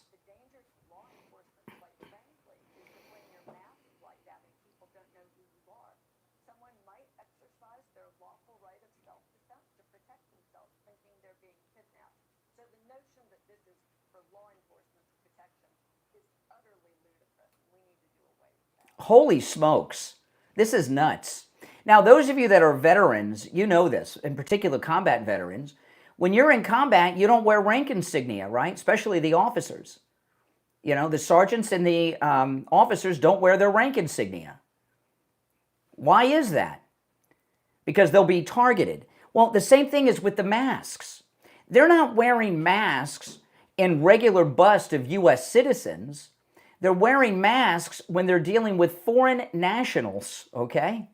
And you can see the need for the masks when you have the entire liberal Democrat Party, high-ranking people, even on a national program like this I know everybody calls it MSDNC. I've called it MS-13BC. I think that's a better name. Maybe the president will pick up on that. MS-13BC. Do you guys like that? I like it. Since I made it up, I like it. I've been, But they're desperate to get the masks off, to put these guys in danger. But what this woman says, this is irresponsible. MSNBC should be ashamed of themselves because they're giving information that you have a legal right to physically remove the mask off a federal agent. Is she out of her mind? How could they allow that on their air? Now, I was talking about Tom Laporta earlier with the rains. Oh, man, I'm so glad I have great tires on my car. Friendly Tire in Margate. I've been a customer at Friendly Tire, I guess about 20 years now. All the cars in my family are on tires from Friendly Tire in Margate. When my daughter moved to California 3 years ago, I took her car over there and I got 4 new Firestones on it. And then I shipped the car to her. She lived in California for 3 years, driving all over creation out there because she was new. And she just moved home a couple months ago. She drove her car from Los Angeles here to South Florida on those same Firestone tires that I bought from Friendly Tire in Margate. And you know what? I went out to lunch with my daughter over the weekend. She came over and picked me up, and the tires, they still look great. I checked out the tires. I said, let me look at your tires because I'll go to Friendly Tire. They look great. She still does not need new tires. In this rainy hurricane season of the year, you don't want to be driving around on bald tires. I used to drive around on tires I shouldn't until I found Friendly Tire in Margate. Because tires at these other places, they're just ripping you off. With Friendly Tire in Margate, I'm going to give you the number. We have listeners that travel over an hour each way. Give them a call. Friendly Mike will give you a quote right over the phone. I'm going to give you the number in a moment, so get something to write this down. This is important, okay? When Friendly Mike gives you a price over the phone, that's out the door and on the road. And what I mean by that is, the price he gives you, that's it. He doesn't charge you to balance the tire, mount the tire, or even dispose of your own old tires. It's absolutely amazing. He doesn't highlight that when you're on the phone with him because I tell him you need to tell people this. They don't realize it. Yeah, he doesn't charge you to mount the tire, balance the tire, or even dispose of your old tires. So that low price you get over the phone from Friendly Mike at Friendly Tire, that's out the door and on the road. Here's the number. Call him right now, 954-977-9445. 954-977-9445. That's 954-977-9445 for Friendly Tire in Margate. We'll be right back.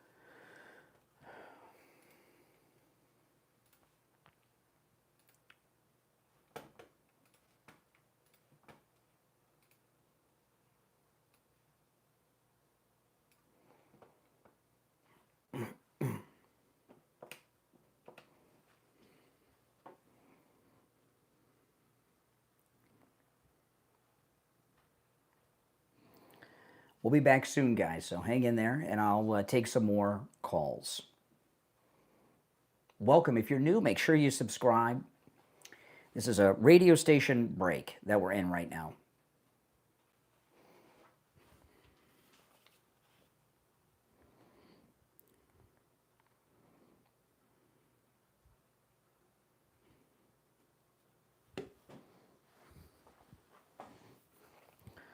Yeah, so this package I got today, it came with this cool cup.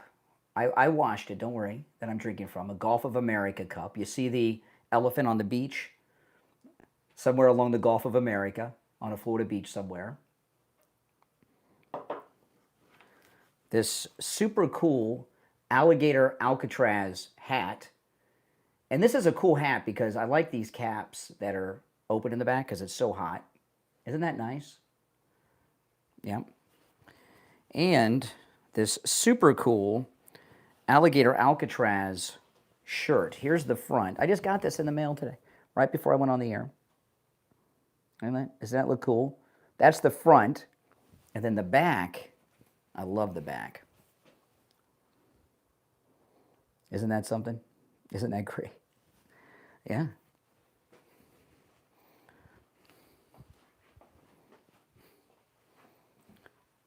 They're very nice.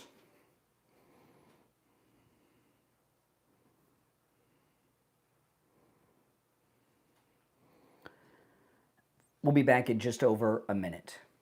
No, it's Gulf of America. Yeah. That's the name.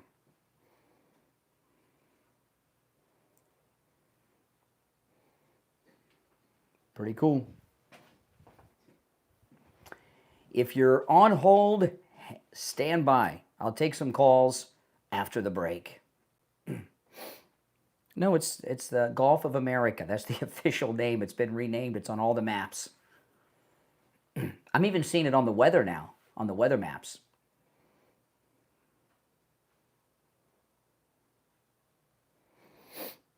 Mm-hmm.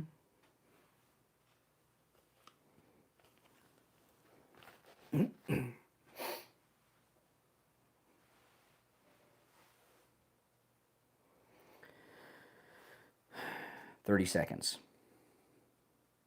No, we're back.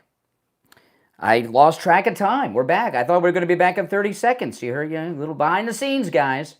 I lost track of time because I'm having such a good time. All right, let's go back to the phones. I'm Brian Craig. It's the Steve Kane Show, Florida's longest running radio show. Our number toll free, 1-888-465-2631. You're on the air. What's your name? Where are you calling from? Chris from Chicago. Hey, Chris, what's up? How you doing, Craig? I thought Republicans was against raising taxes on corporations and small businesses. We're pretty much against all taxes, yeah.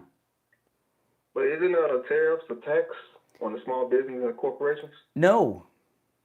It's a tax. So who pays the tariff? It's a tax on the country that's doing the importing.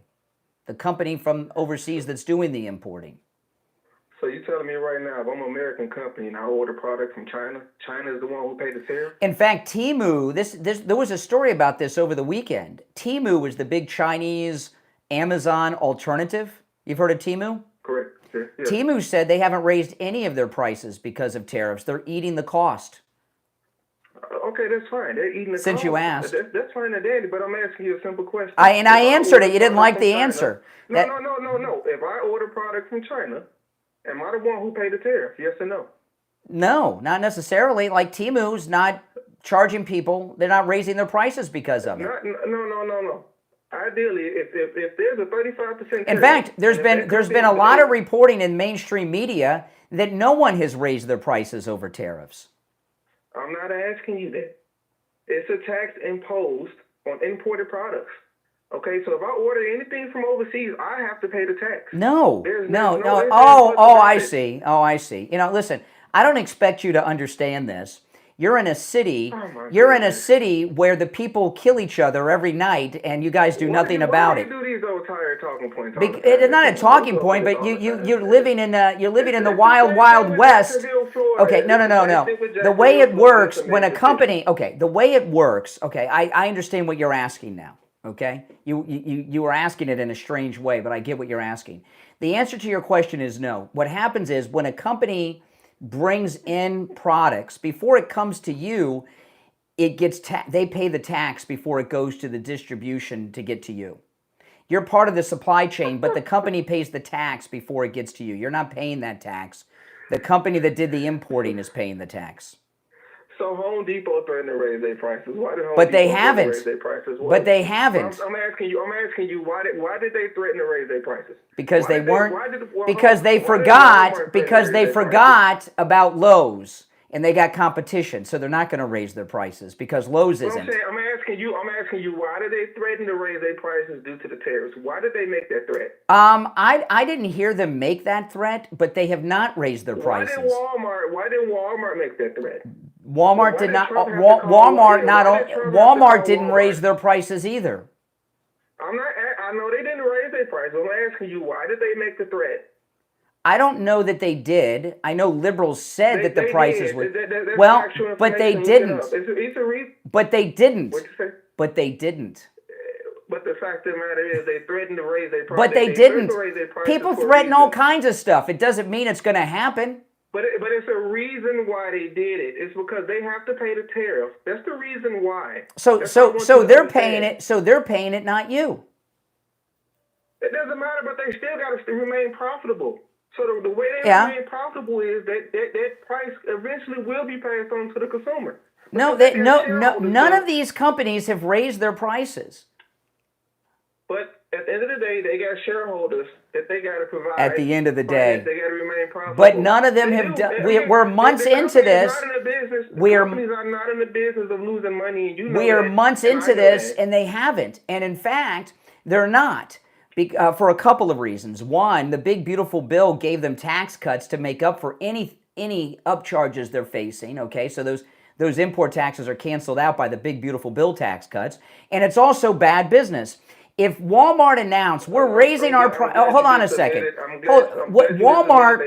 Walmart has two major competitors. Who's Walmart's competitors? They have two major competitors.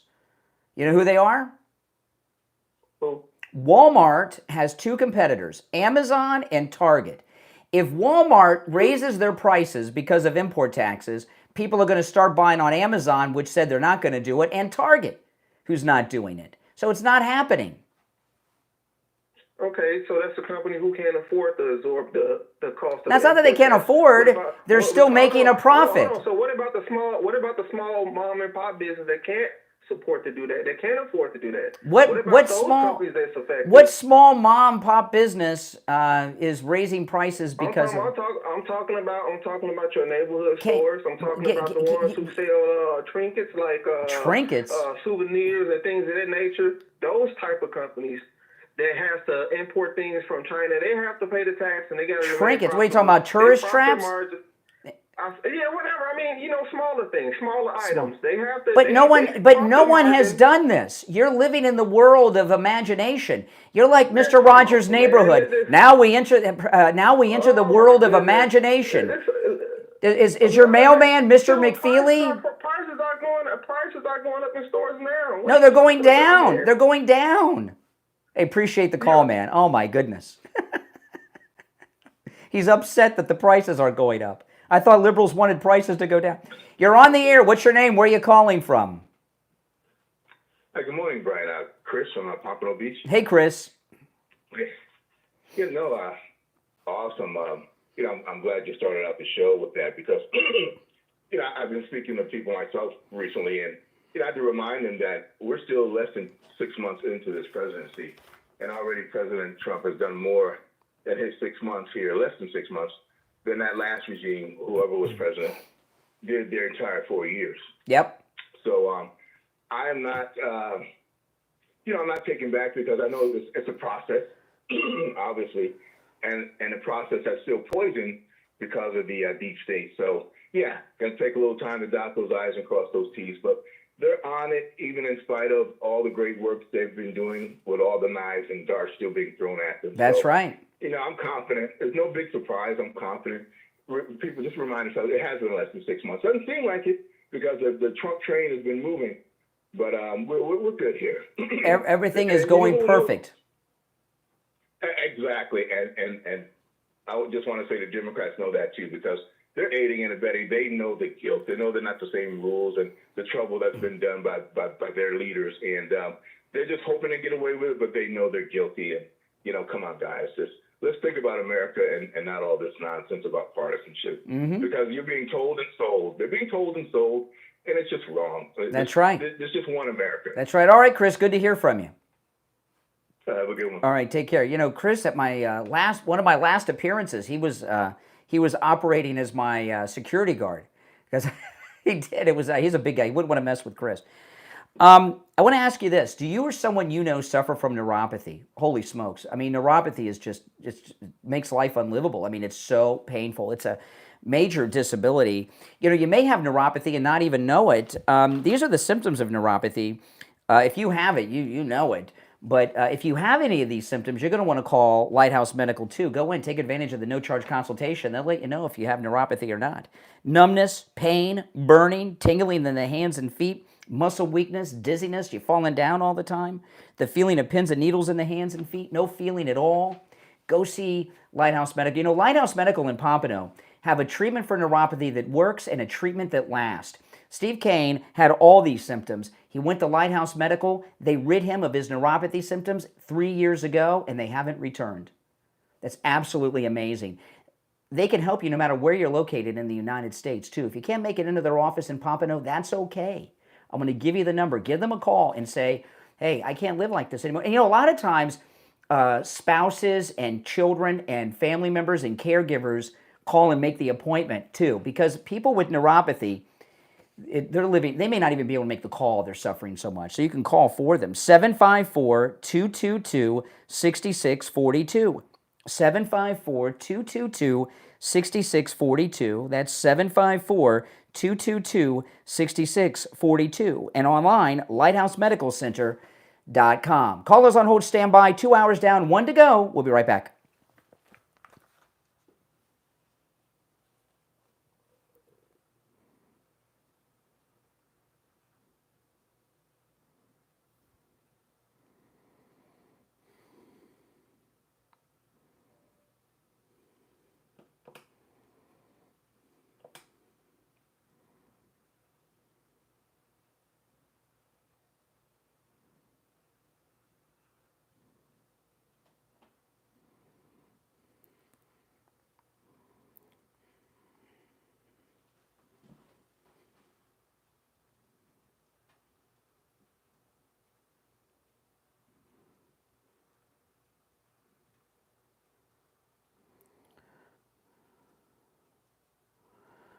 What?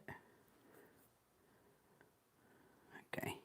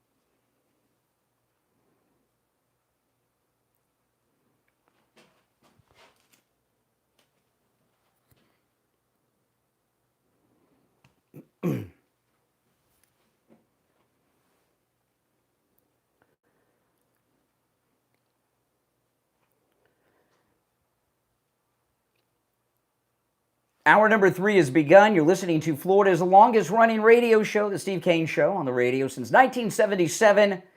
My name is Brian Craig, and I'm going to take a call or two from people that have been holding over from the last hour, and then I'm going to recap the big story of the day that I opened with at 6 a.m. So if you missed that, don't get out of your cars. Keep tuned in. This is huge, all right? All right, let's take a call or two, then I'll get to that. You're on the air. What's your name? Where are you calling from? You're on the air? Oh, here we go. Yes. Yeah, good morning. Uh-huh. Yeah, I'm calling from Pennsylvania. Can you put your mouth closer to the phone, please? It's hard to understand you. Okay. I said I'm calling from Pennsylvania. Okay. Yeah, I want us to have like a discussion like a gentleman. I don't want you to interrupt me while I talk. This is what I want to say about the first gentleman that came and talked about taxes, right? Whether you like it or not, we, the American people, we pay for anything incurred by tariffs because the Chinese companies want to make profit, right? So if you order anything from Temu, anything from Target, and if it's imported, we end up paying for any taxes the importers get. I know Trump wants to bring back manufacturing. I don't know if he wants. Yeah, because no, Temu said the other day that Temu has. Excuse me.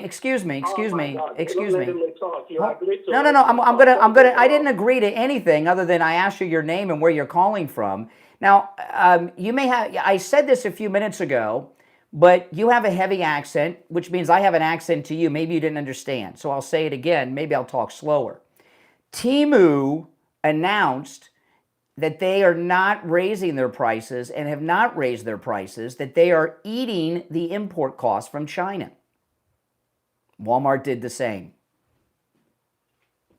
Again,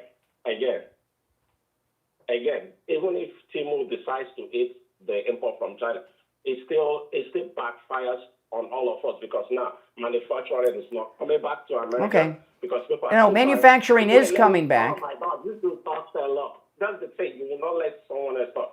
Now, if Temu decides to say like, oh, we are not eating the import cost, it's still going to affect us because everything we buy comes from China, comes from outside. Nobody's producing anything anymore, right? So that's the point that guy is trying to. Okay, so let me ask you a question then. Then I want to ask you a question. Then you must. I'm glad you called because what we're finding out is you support President Trump's massive tax cuts in the big beautiful bill to corporations, right? And millionaires and billionaires, right? You support those tax cuts, correct? The beautiful bill is not going to help America because all. Well, wait a minute.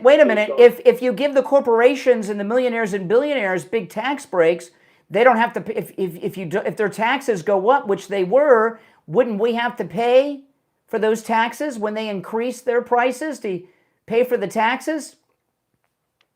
When they increase their prices, we the consumers are going to carry it because you cannot tax any country. There's no how Donald Trump can tax China or any country. The only people Donald Trump or whatever taxes for corporate, the only people it helps is we carry the burden. It's the same way if you sue the government, the taxpayers carry the burden.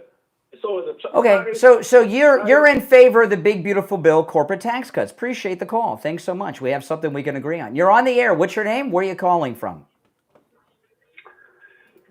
You don't believe that this big beautiful investigation is a red herring to distract from the fact that President Trump's name is possibly on the Epstein list? I mean, it doesn't take a terrific amount of discernment. It's very suspect. No? No. Okay. All right. Well, all right. All right. All right. Okay. Now listen to this. I'm going to recap. Oh my goodness. I'm going to recap the big story of the day in a couple of minutes, but I'm I'm going to play you this audio. I cannot believe this is allowed. This is Ana Navarro on CNN last night. Listen to this. This is Ana Navarro. She's part of a panel discussing the issues on CNN. Ana Navarro from The View.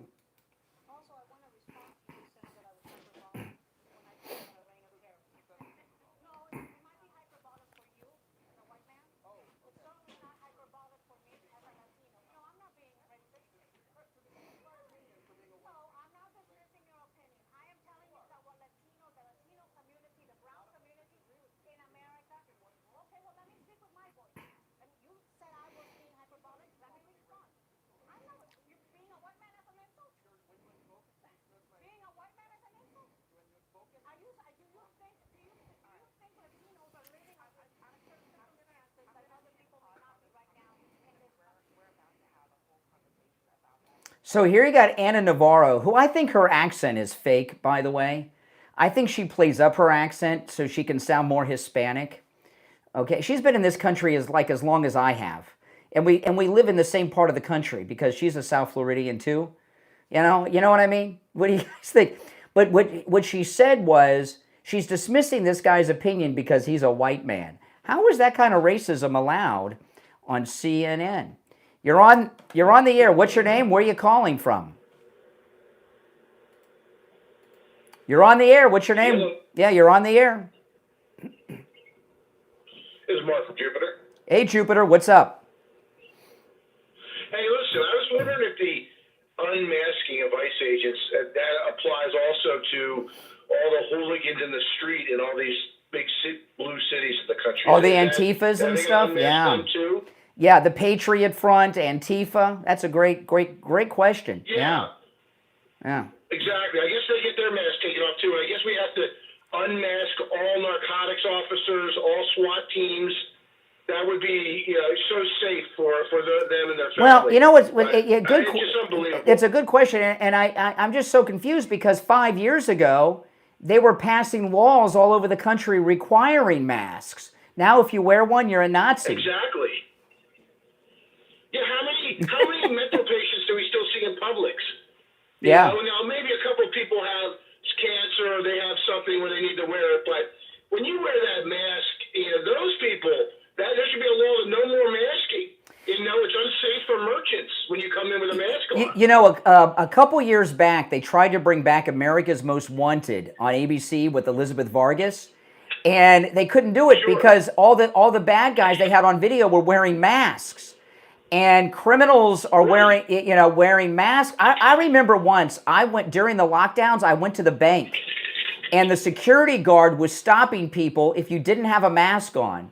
I made a YouTube video at the time. I mean, I was like, we're in bizarro world. So it used to be in the old days, if you were wearing a mask in a bank, the security guard would tackle you. Now they throw you out with the armed security if you don't have a mask on in the bank. It was crazy. Wow, we come full circle. Yeah, but now you're a Nazi. Ridiculous. I wonder if that lady Louise, the mask lady that calls me, she must be a Nazi since she still wears a mask. Well, she must be nervous. They're coming for her. Hey, the other thing is, it's like every one of these interviews when they have like the big drug kingpin on 2020 and they have to change their voice and they wear a mask cloaked in, slight darkness in the room. I guess they're going to have to unmask too. And no more, cloaking the voice. The thing with the liberals, I see this a lot, here in Florida. Like I'll go to Target and there'll be some couple with masks on. I know they're liberals. The reason liberals wear masks when they're out and about is because they don't deny science. They're a more enlightened person than you and me because we don't wear them. It's a snob thing. It's a badge of honor, virtue signaling. Exactly. All right, take care, man. I see you're making a turn. I can hear the signal. When you wear a team shirt, like a football shirt during football season, they want you to know what team they're on, and that's why they do it. That's right. All right, take care, man. Good call. From Jupiter, Florida. That's right. I wonder if he knows Jupiter Joe. I don't know. You're on the air. What's your name? Where are you calling from? Bruce, Central Florida. Hey, Bruce. What's up? I'm just wondering if Trump believes that he can bring manufacturing back and it will work. Why isn't he investing his own money?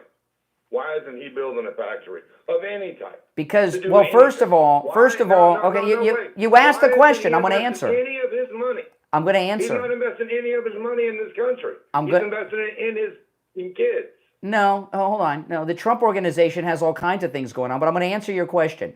He's not in the manufacturing business. Oh my God! He's in there. He's supposed to be an American in the American business. Oh, really? And he says this will work. He doesn't. He doesn't own factories. He owns resorts. Because he's not. There's two reasons why. Now, again, you can keep. He might actually have a successful business. Hold on a second here. Hold on.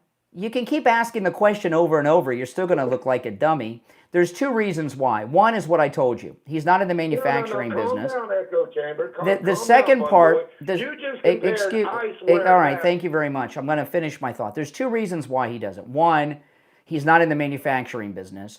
Two, if he did it, they'd say, "Oh, look, conflict of interest. He passed all these tariffs so he could make money." That's the other reason. All right. You're on the air. What's your name? Where are you calling from? Hi, Louise the mask lady. Oh, Louise, I don't know. You know, Anna Navarro, and they might think you're a Nazi with that mask on. Oh. Actually, I took it off last week for the first time in 4 years. Did you have tan lines? Did you have tan lines on your face? No, I want to mention, it's not true about Walmart. They are raising. No, they said they're not. They said because of... Well, let me finish. My son goes in there every week. He buys these pair of work shoes that he works around the house. He says, "Mom, they are double in price. Made in China, a good product." Listen, prices go up and down, but they went out of the way to say they're not doing it. Now, are you mask free all the time now, or was that just a moment? Well, no, in my center, if I go into a supermarket, I do wear it. Well, I got to tell you, they're gonna, you're gonna think you're ICE or a Nazi, so you should reconsider. All right, mask lady, it's true. Didn't you hear what the liberals are saying? Now, later this week, Jupiter Joe Thomas is going to be in studio with me, and I'm going to be a guest on his radio show here on True Oldies. And when that airs, I will let you guys know so you can check it out. He's got a very good show. I do listen to it regularly.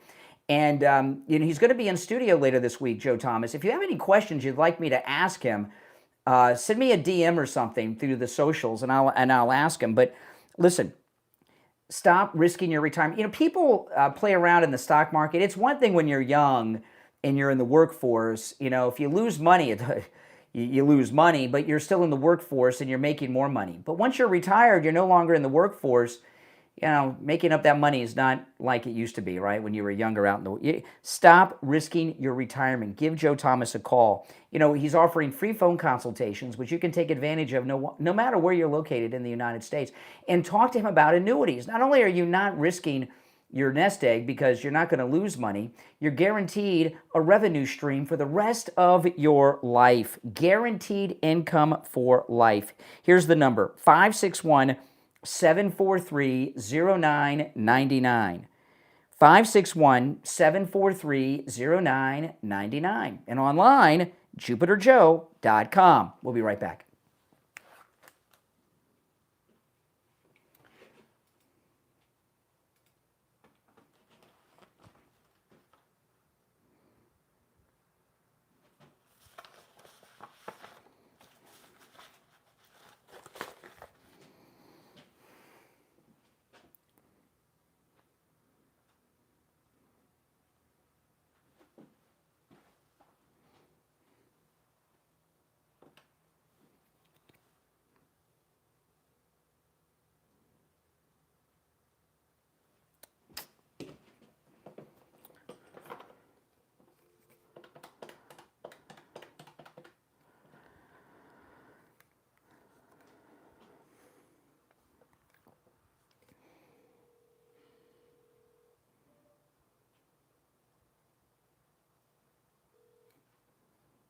Hey, Barry, it's Brian.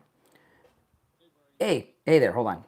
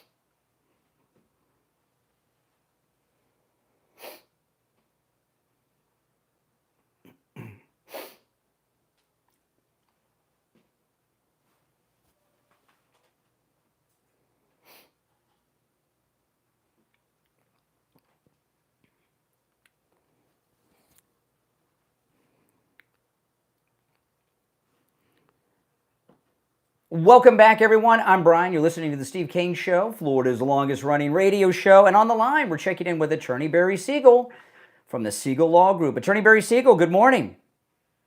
Good morning, Brian. How are you today? Great, great. So what do you have for us starting off this week on Tuesday? Well, starting off this week, I thought it'd be good to talk about one of the key benefits of setting up a revocable living trust, and that is avoiding what's called probate. Oh, yes. And probate is something you want to avoid. It's something that for many people has become a nightmare, and it's going to court. And unless you're getting paid by the hour to go to court, if you're an attorney, for instance, you really don't want to go to court for any reason. I mean, it's usually not a happy time, whether it's for a traffic ticket, a divorce, or any other civil dispute. It's not good because, first of all, you're spending money on attorneys, court costs. You got a judge making decisions being involved. It's a public process. It's very expensive, time-consuming, and it's the same with probate. Probate can be very, very expensive. We're talking about thousands, if not tens of thousands, or in some cases even hundreds of thousands of dollars. It can take anywhere from typically 9 months to 2 years on most probates. It can take a long time. So do you want your beneficiaries waiting to receive their inheritance and have a lot of it go to the attorneys and the courts? Or do you want it to go to them quickly in a private way and have minimal to no costs? That's what a trust can do, and that's why it's so important to avoid probate. Let me ask you this about now, by the way, if somebody has not made preparations, you do, on occasion, do probate because people don't have a revocable living trust, right? Oh, absolutely. That's one of our areas of practice. It's interesting because, for one part of our practice, the estate planning, one of the key goals for many people is to avoid probate. Yep. Yeah. On the other hand, we perform probate services for clients who need it. Yeah. Now, let me ask you this, because a lot of people may say, well, so what if my kids or grandkids or other heirs have to pay probate? I'm dead. When a family is facing a prolonged probate, which can take up to 2 years, and it is expensive, as you said, what if they don't have the money for the attorneys? How do they pay the attorneys? There's different ways that can be done. Oh boy. Different ways that can be handled. I mean, as far as the source of funds. Whether they pay for it on their own, if they don't have the money, there are ways that they can, whether they put it on a credit card. Oh my goodness! One of these, like what they call a firm account, sort of like a care credit you would have for the doctor. Oh, and then in some that's cases, awful. That's terrible. In some cases, perhaps it could be partially paid by the estate once the letters of administration are received. Oh my goodness! So really, people can leave their heirs building up a whole bunch of debt just to pay lawyers, and with the revocable living trust, if they call you up, boom, it's a done thing, and it's easy, as opposed to financing or credit cards. That sounds like a mess. Listen, give the Siegel Law Group a call. Remember, it's always a no charge in-office consultation. Oh, and we're going to see each other at your Medicaid workshop on Saturday at 10 a.m. at your main office in Boca, Barry. Yes, absolutely. And you called me up on Friday. You told me it's filled up. Oh, it's very filled up. Yes. Oh, that's awesome. Thank you guys for coming. Taking a waiting list for the next two that we're doing. Oh my goodness. Yeah. Oh my goodness. Well, I look forward to meeting all of you out there that are coming out to the workshop. And I want to tell you, you're going to find the workshops are very interesting. You're going to get a lot of good information. You're going to get to meet Barry, and you'll see how much effort and how much detail and every eventuality you could ever fantasize and beyond are covered with the Siegel Law Group. Here's the number, though, 855-FLA-3782. 855-FLA-3782, and online, SiegelLawGroup.com. All right, Barry, we'll talk later in the week, and I'll see you Saturday morning. All right. Perfect. Thanks, Brian. All right, take care. All right, let me take a call or two. You're on the air. What's your name? Where are you calling from? You're on the air. Hey, what's going on? Not much. I'm calling from Tennessee, actually. Okay. Hey, I just had a quick question. Oh, here we go. First of all, I love the hat. Is it signed? No, my signed. I do have an autographed Trump hat, but it's in the safe deposit box at the bank. It's very valuable. Oh, nice. I got plenty of stuff in my safe deposit box and whatnot. Yeah, all right. So why'd you call? What's on your mind? It's good. Oh, boy. Here it goes. Another quick winner. question Here we go. Get ready. So if we're going to bring manufacturing back into the United States? It's not if, it's being done. President Trump has signed about $1 trillion in business of manufacturing coming to this country. Yeah. That's I understand that. I follow politics, but do we have the actual infrastructure to bring the manufacturing back? Because I'm thinking the infrastructure. What does that even mean? Yes, they're building new plants and factories in America. Yes, what we don't have will be built. Back in the World War II era, we were able to easily train over our factories to go from textiles to aircraft parts, etc. Really? Just as an example. No, they didn't go from textiles to aircraft parts. No, they're going to build new. They're going to build new factories. Now, of course, it'll require guys like you to stop gaming all day, stop playing Mario Kart, and actually get a job. Attacking me, man? Well, what we're lacking are a lot of young men who want to work. Hey, listen, I appreciate the call. Oh my goodness. All right, now I was the big story of the day. I'm going to recap after the bottom of the hour. But since we were talking about masks and all, here's the great Tom Homan cleaning the clock of a fake news journalist during an interview. Listen, don't you guys love Tom Homan? He's the best. Oh, by the way, this is a reporter from Liberal Politico, fake news Politico.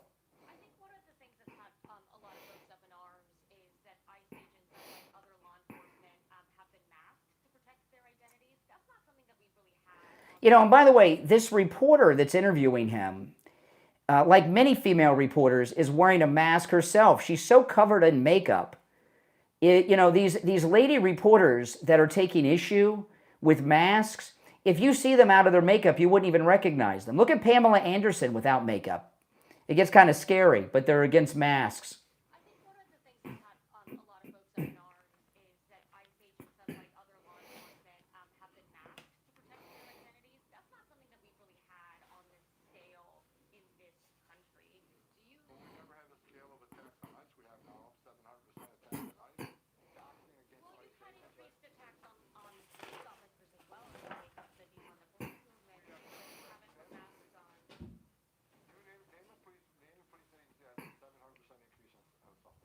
Oh boy, he's so good. I love this guy. Yeah.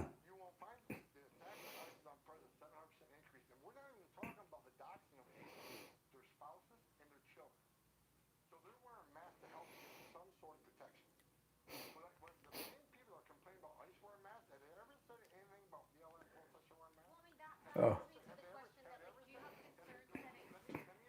I love it.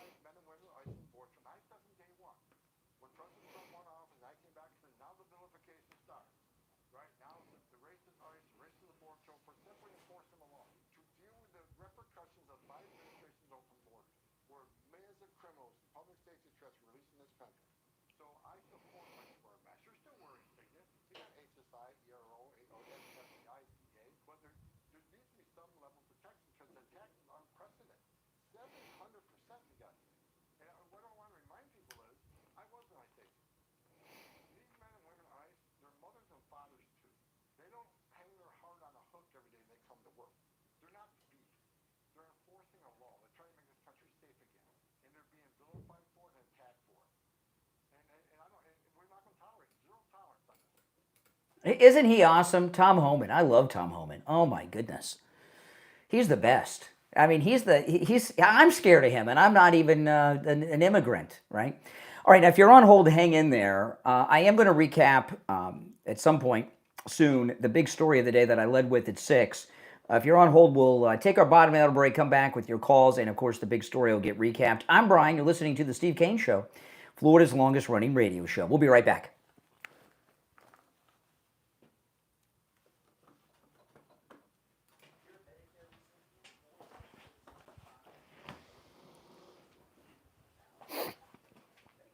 Oh, man.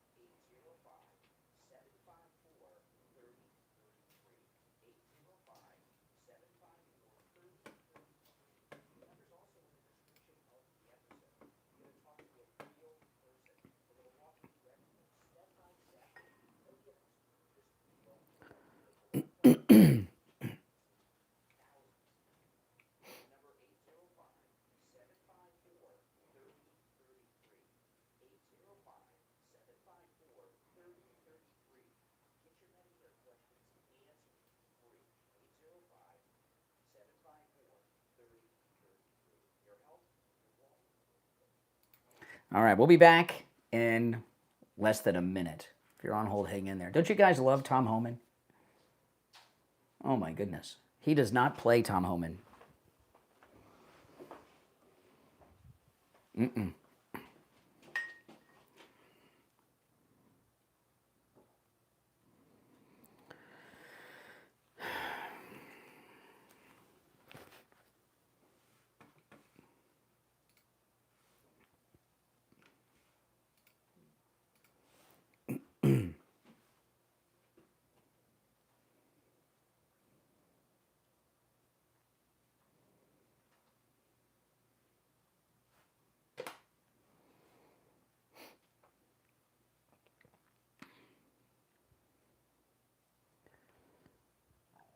We're back. You're on the air. What's your name? Where are you calling from? Hi, my name. Okay, hold on 1 second here. Yeah. I'm calling from Kentucky. Oh, okay. All right, that's nice. You're on the air. What's your name? Where are you calling from? Good morning, Brian. This is David in Royal Palm Beach. Hey, what's up, Royal Palm Beach?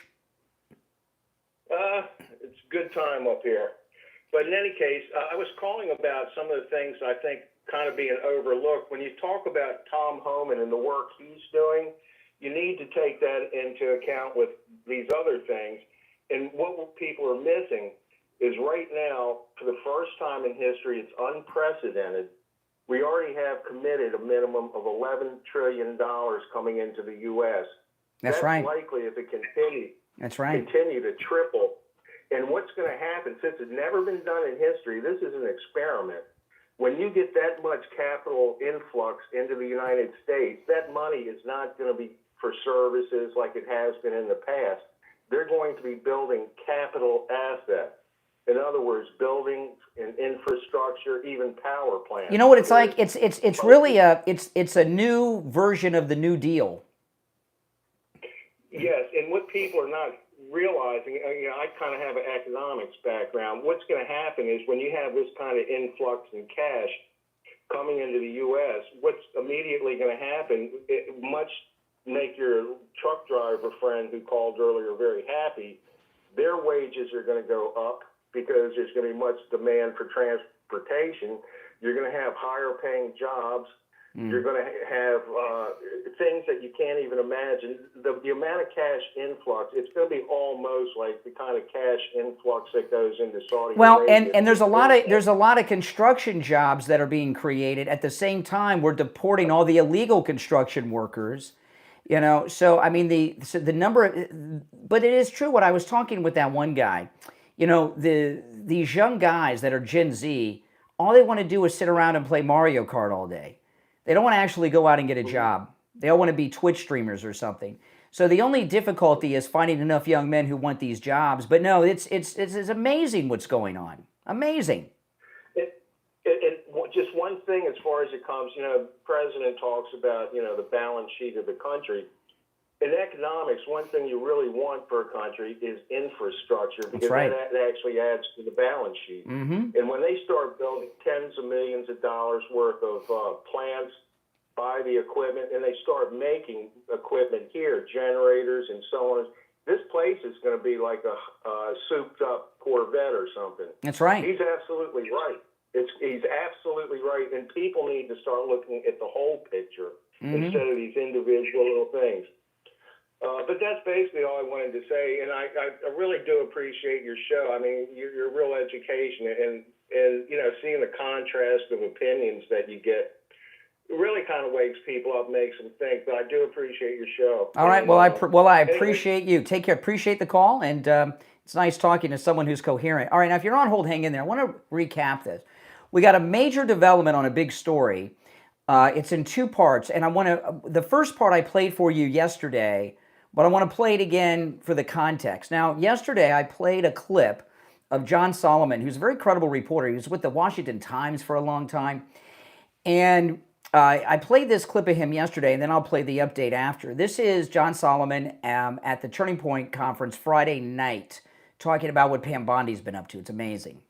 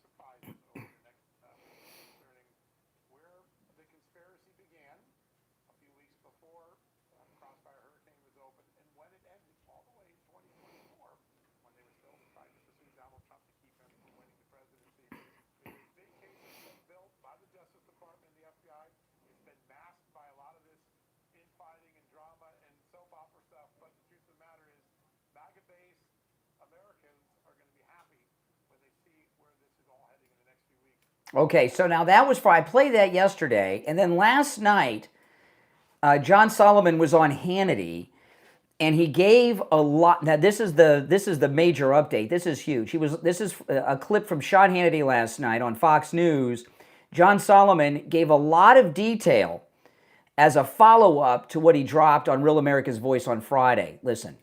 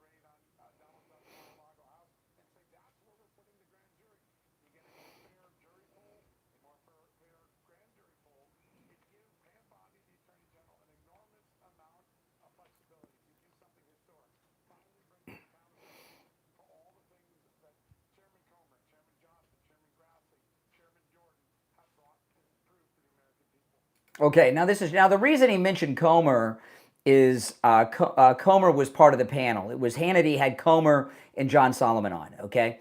So that's why he mentioned Comer a couple times, just to be polite, because he was part of the panel. But this is huge.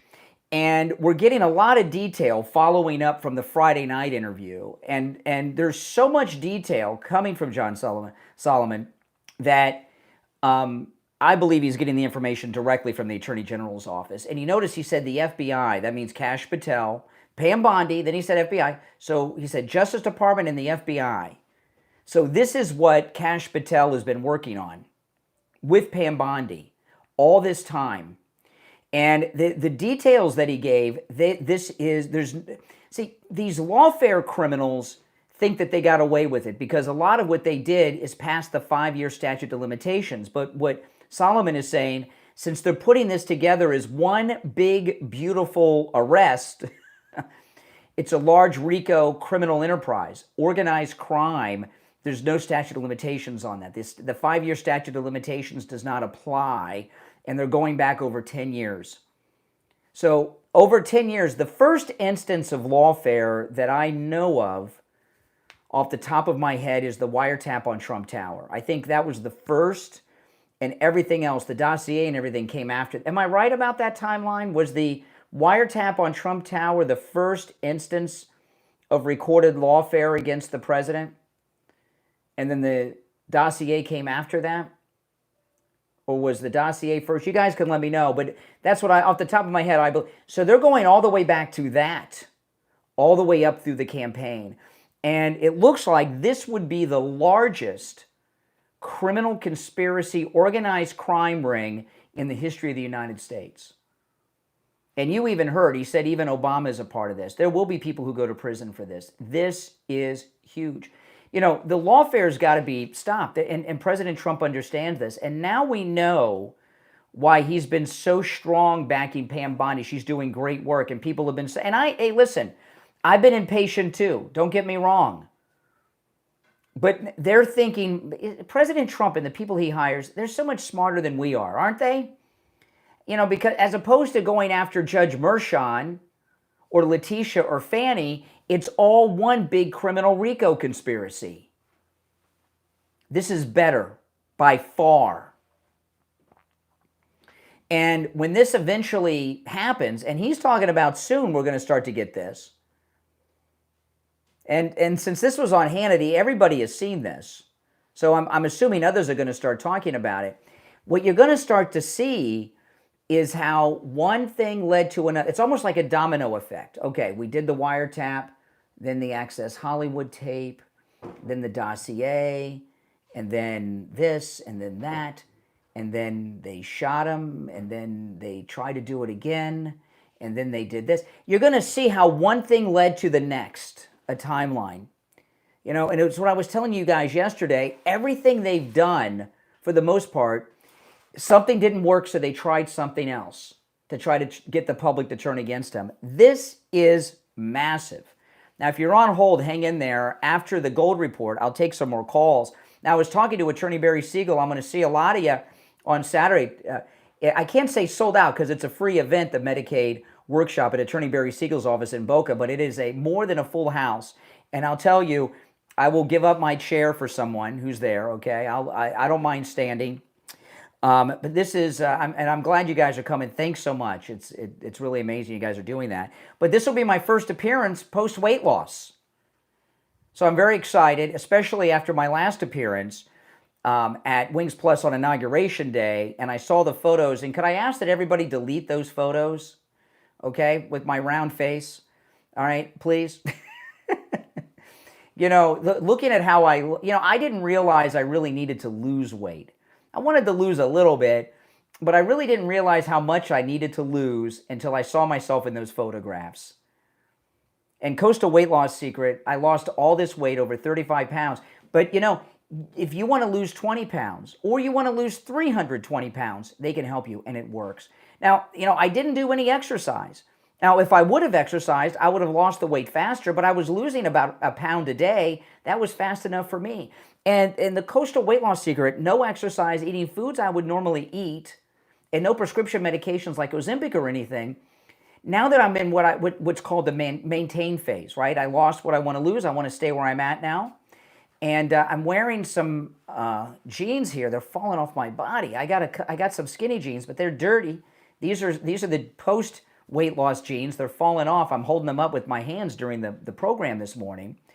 But because I was able to lose all this weight with their incredible process and system, now that I'm in the maintain phase, it's effortless. I haven't gained any weight back because there's no effort to it, because eating foods I would normally eat. I didn't have to change my eating habits, and I didn't have to take on some crazy lifestyle of exercising in the gym a bunch of times a week, which I wouldn't be able to maintain. That's why I have not gained any of the weight back. Give them a call, and they can help you no matter where you're located in the United States. 561-247-6300.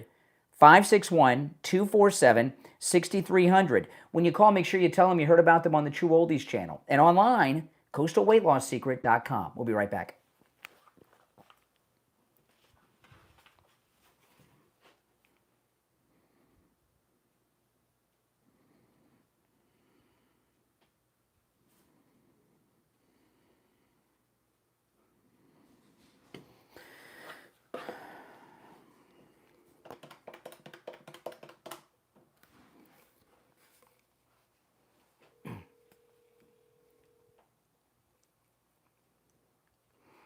Hey there.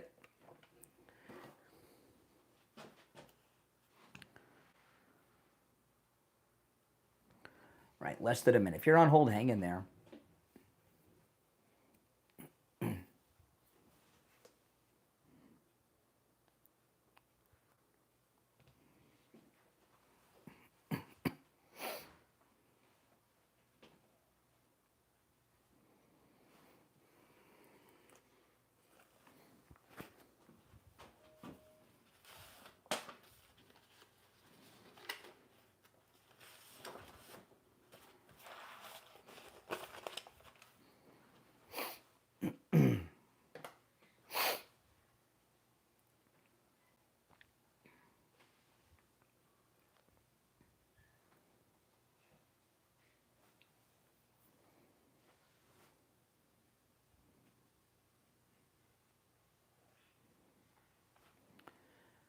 All right, we are back, and it's time to check in with William Youngerman from the offices of William Youngerman Incorporated with the Morning Gold and Precious Metals Report. William Youngerman, how the metals looking today? That metal's looking very good. Yesterday we had a little bit of a pullback, giving us a buying opportunity, though short-lived. Gold trading in a range of $3,340 on the low to $3,375 on the high yesterday, but still closing down $13.20 at $1,341.70 the ounce. Silver hit a high of $39.21 yesterday, before closing down 25 cents at $38.07. Platinum was down $39 at $1,360, and palladium was down $34 at $11.82. Overnight, we saw gold trade in a range of $33.40 to $33.67, and right now we're at $3,350. That's up $7.30. Silver up 8 cents at $38.15 wow. the ounce. Platinum up $35 at $1,395.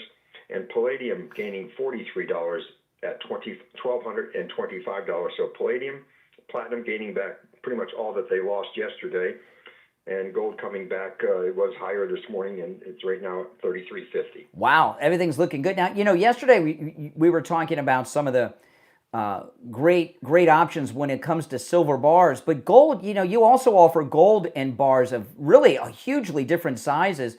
Can you tell people a little bit about the bar gold that you offer? Yeah, we have gold bars from 5 grams all the way up to kilos, 32.15 ounces of gold, 10-ounce bars, 1-ounce bars, all in stock for immediate delivery. And we have, like I said, gold bars in many small sizes also. Yeah, and that's, and when you talk about these small, would you say 5 grams?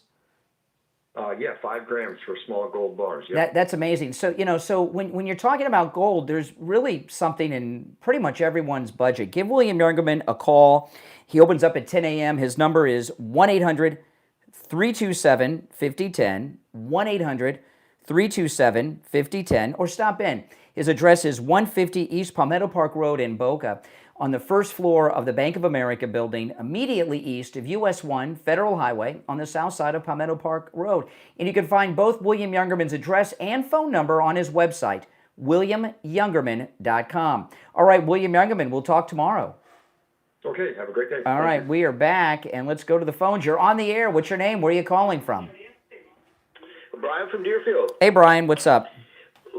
Well, I tell you, we got some spectacular. I thought the numbers were so spectacular, but this news on how they're going to approach this investigation, where they're taking away running out the clock, and that is incredible. Yeah. You know, when you see someone like Anna Navarro, you know, and they're having a meltdown on that, the legacy media with the CNNs and NBCs, they're going to be gone. The liberal broadcasts like Michelle Obama, that's going to be gone. And now justice is coming. And they see that coming, and now they're really going to be panicked when they see what's coming. This is spectacular news. This is incredible. Well, and you know what it means? It means people like Peter Strzok are in trouble, who thought they were scot-free because it's been so long. Oh, yes. No. Now we're going to see how it worked against the mob figures, and now it's going to work against. What was the name of? There was during the Peter Strzok and his girlfriend Lisa Page. There was another couple that was married, Bruce and Nellie Orr. And and remember them? Nellie Orr had a shortwave radio at home, which is what spies use, and you know all that stuff is back on the table now with this. Absolutely, everything's on the table, and everything that it leads to also. A lot of people that we didn't hear a lot about that weren't in the limelight, they're going to get caught up in this investigation too, I think. Oh yeah, this is incredible news. And these people that are coming in and complaining about the economy and can we manufacture anything, these numbers coming out are beyond spectacular. They're beyond my wildest dream. They're absolutely incredible. And Donald Trump deserves an incredible amount of congratulations for this. This is going to be spectacular. I just have to make one more quick comment. This guy in the Federal Reserve has got to go, William Powell. Oh, yeah. This guy affects all our interest rates on everything we do. This guy spent $2.2 billion on rehabbing the Fed building. And this guy's in charge of interest. This guy doesn't have a brain in his head. Oh, yeah. They got to get every guy in there, and I think Trump's going to have a couple good picks for us, too. Mm-hmm. But this investigation is going to be great. Well, you know, the thing about it is, and obviously John Solomon's getting his information directly from the Attorney General's office. What he's talking about is so detailed. And one of the things he dropped there was because of the break-in of Mar-a-Lago, they can do the indictment in Florida. Doesn't have to be Virginia. Wow. Yeah, It was at the end, and I was like, oh. So that would come over before the lady judge. I think her name was Campbell on the West. Well, it could be anybody. It could be any Florida judge, but you know, I'm not worried about Florida. Are some of these judges going to be in big? Are some of these judges going to be in big trouble? Well, it's not just the judges; it's the juries. That means we'd have Florida juries. Yeah. That means I could be. You and I could be on one of these juries. Would you like to be on Peter Strzok's jury? Oh yeah. Yes, I would. Oh yeah. Oh my goodness. Yeah. Oh, this is they're all beautiful. going to be leaving the country now. They're going to be joining Rosie. They're all going to leave the country or something. You know, but they can't run now. No. They can't run. No, I appreciate the call. Appreciate the call. Now, a couple things I just want to mention here at the end. I drove an electric vehicle over the weekend for the first time in a long time, and I had driven an electric vehicle around 93 or 4. I've mentioned it a couple times. Before you could buy them, Florida Power and Light had an electric car, and I heard about it. So, and I was working at a radio station in Fort Lauderdale at the time. You guys remember 1400 WFTL? And I called them up and I set it up, and they loaned me an electric vehicle for the day. And there were no charging stations. We had to charge it up with an orange electrical cord. It was a mess. And I remember I was with anybody remember Nick Lawrence? Nick Lawrence and I, we drove it from, the radio station was on Oakland Park Boulevard and I-95. We drove it to North Miami Gardens, and it was fully charged, okay? And when we got there, we didn't have enough juice to get back. So they let us plug it in the lobby of it was at the corporate headquarters of the radio station. Yeah. They had a bunch of radio stations, Y100, Big 106. It was one of those big conglomerate of radio stations, and the old iHeart. It was Clear Channel still. It was so long ago. And we plugged it in the lobby, And while we had these meetings all day, and it still didn't charge it up, and remember it was the summertime, we had to drive from Miami Gardens back to Oakland Park on I-95 without the air conditioning on. It was just, because the air conditioning, we would never have made it back. It was tough. But my daughter and I, we went out to lunch over the weekend, and we saw one of those electric Volkswagen vans drive by, and that looks kind of cool. And so I said to my daughter, I said, there's a Volkswagen dealership down the street. Why don't we go look at one and take them for a test drive, right? She says, okay. And when I was younger, I owned 3 Volkswagen Bugs, a 73, a 67, and a 68 or 9. I wish I still had one of them. And I've always liked Volkswagens, but I haven't owned one in a long time. But we went to the dealership, and it looked cool, and it's massive. They've got this electric Volkswagen bus. It's called the Buzz, B-U-Z-Z, the Buzz. And do you know what the sticker price is on it? Just under $94,000. $94,000. And I'm like, who would pay for so much for such a thing? You know, I mean, my goodness, my mom, she's lived in her house for a long time. You know, she paid like less than half that for her house. I mean, you know, it was like crazy. You know, I couldn't believe. And we took it for a test drive, and it was okay. You know, it was fine. You know, but I was asking them questions about the distance, and I was trying to ask them the distance with the air conditioning on and all that stuff, and it got kind of sketchy then. But $94,000. It was $93,000 and change. I'm rounding it up to $94,000. I saw that on the sticker. I'm like, holy smokes! But they were telling me, oh, if you're gonna buy or lease, you got to do it now because August is the last month for the EV mandate. The EV mandate's going to be gone, right? Because of the big beautiful bill. And I was wondering, how are they going to sell these things when there's no EV mandate, which I think is what, $7,500? And I imagine that there's going to be a rush to buy EVs while the mandate's still there.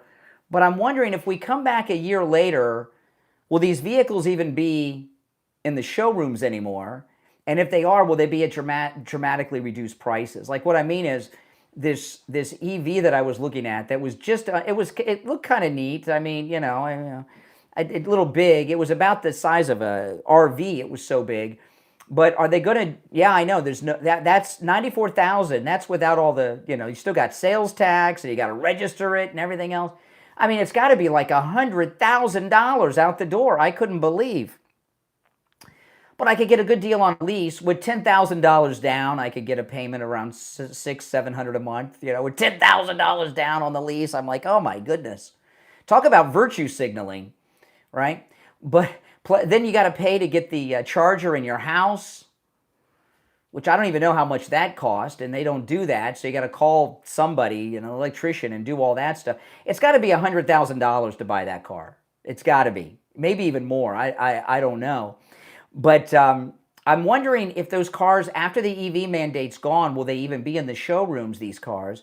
And the ones that are they going to be drastically reduced in price? Now, you know, that's on the higher end of the cost for the EVs. And I imagine because the Volkswagen bus, they call it a Buzz, B-U-Z-Z, is hip now, and it's cool, and it's new, and people have all this romance of the, and I mentioned the price, and they had like a classic bus next to it, the old one from like when we were kids, 70s, 80s. He's like, that one's $225,000. Well, whatever. But, you know, a lot of the EVs are a lot less than that. Like you get a Tesla for a lot less than that. And I don't know if they're going to, you know, and I started thinking, I was talking to my wife about this, and my wife was thinking, well, maybe that's why Elon endorsed Trump. Because he knew that what damage this would do to the whole EV industry without that $7,500 mandate. It's got to be hard to sell those things without that. I would imagine so, because the expense is insane. I mean, that's a lot of money to virtue signal. Well, listen, everyone, we're almost out of time for today. But if you're on hold, hang in there. You'll be first in line on the show tomorrow. But some great calls today, lots of great news. And, of course, we're here weekday mornings from 6 till 9 a.m. You're listening to Florida's longest-running radio show, The Steve Kane Show, on the radio since 1977, celebrating 48 years on the radio. And next month, the month of August, begins the 49th year.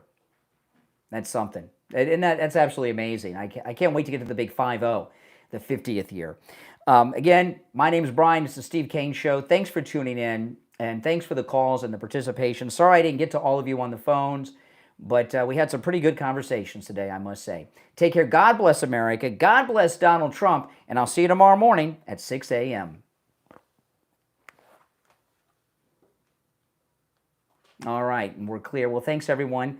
If you're new, make sure you follow and subscribe. This is where MAGA comes to talk. I'll talk to you next time.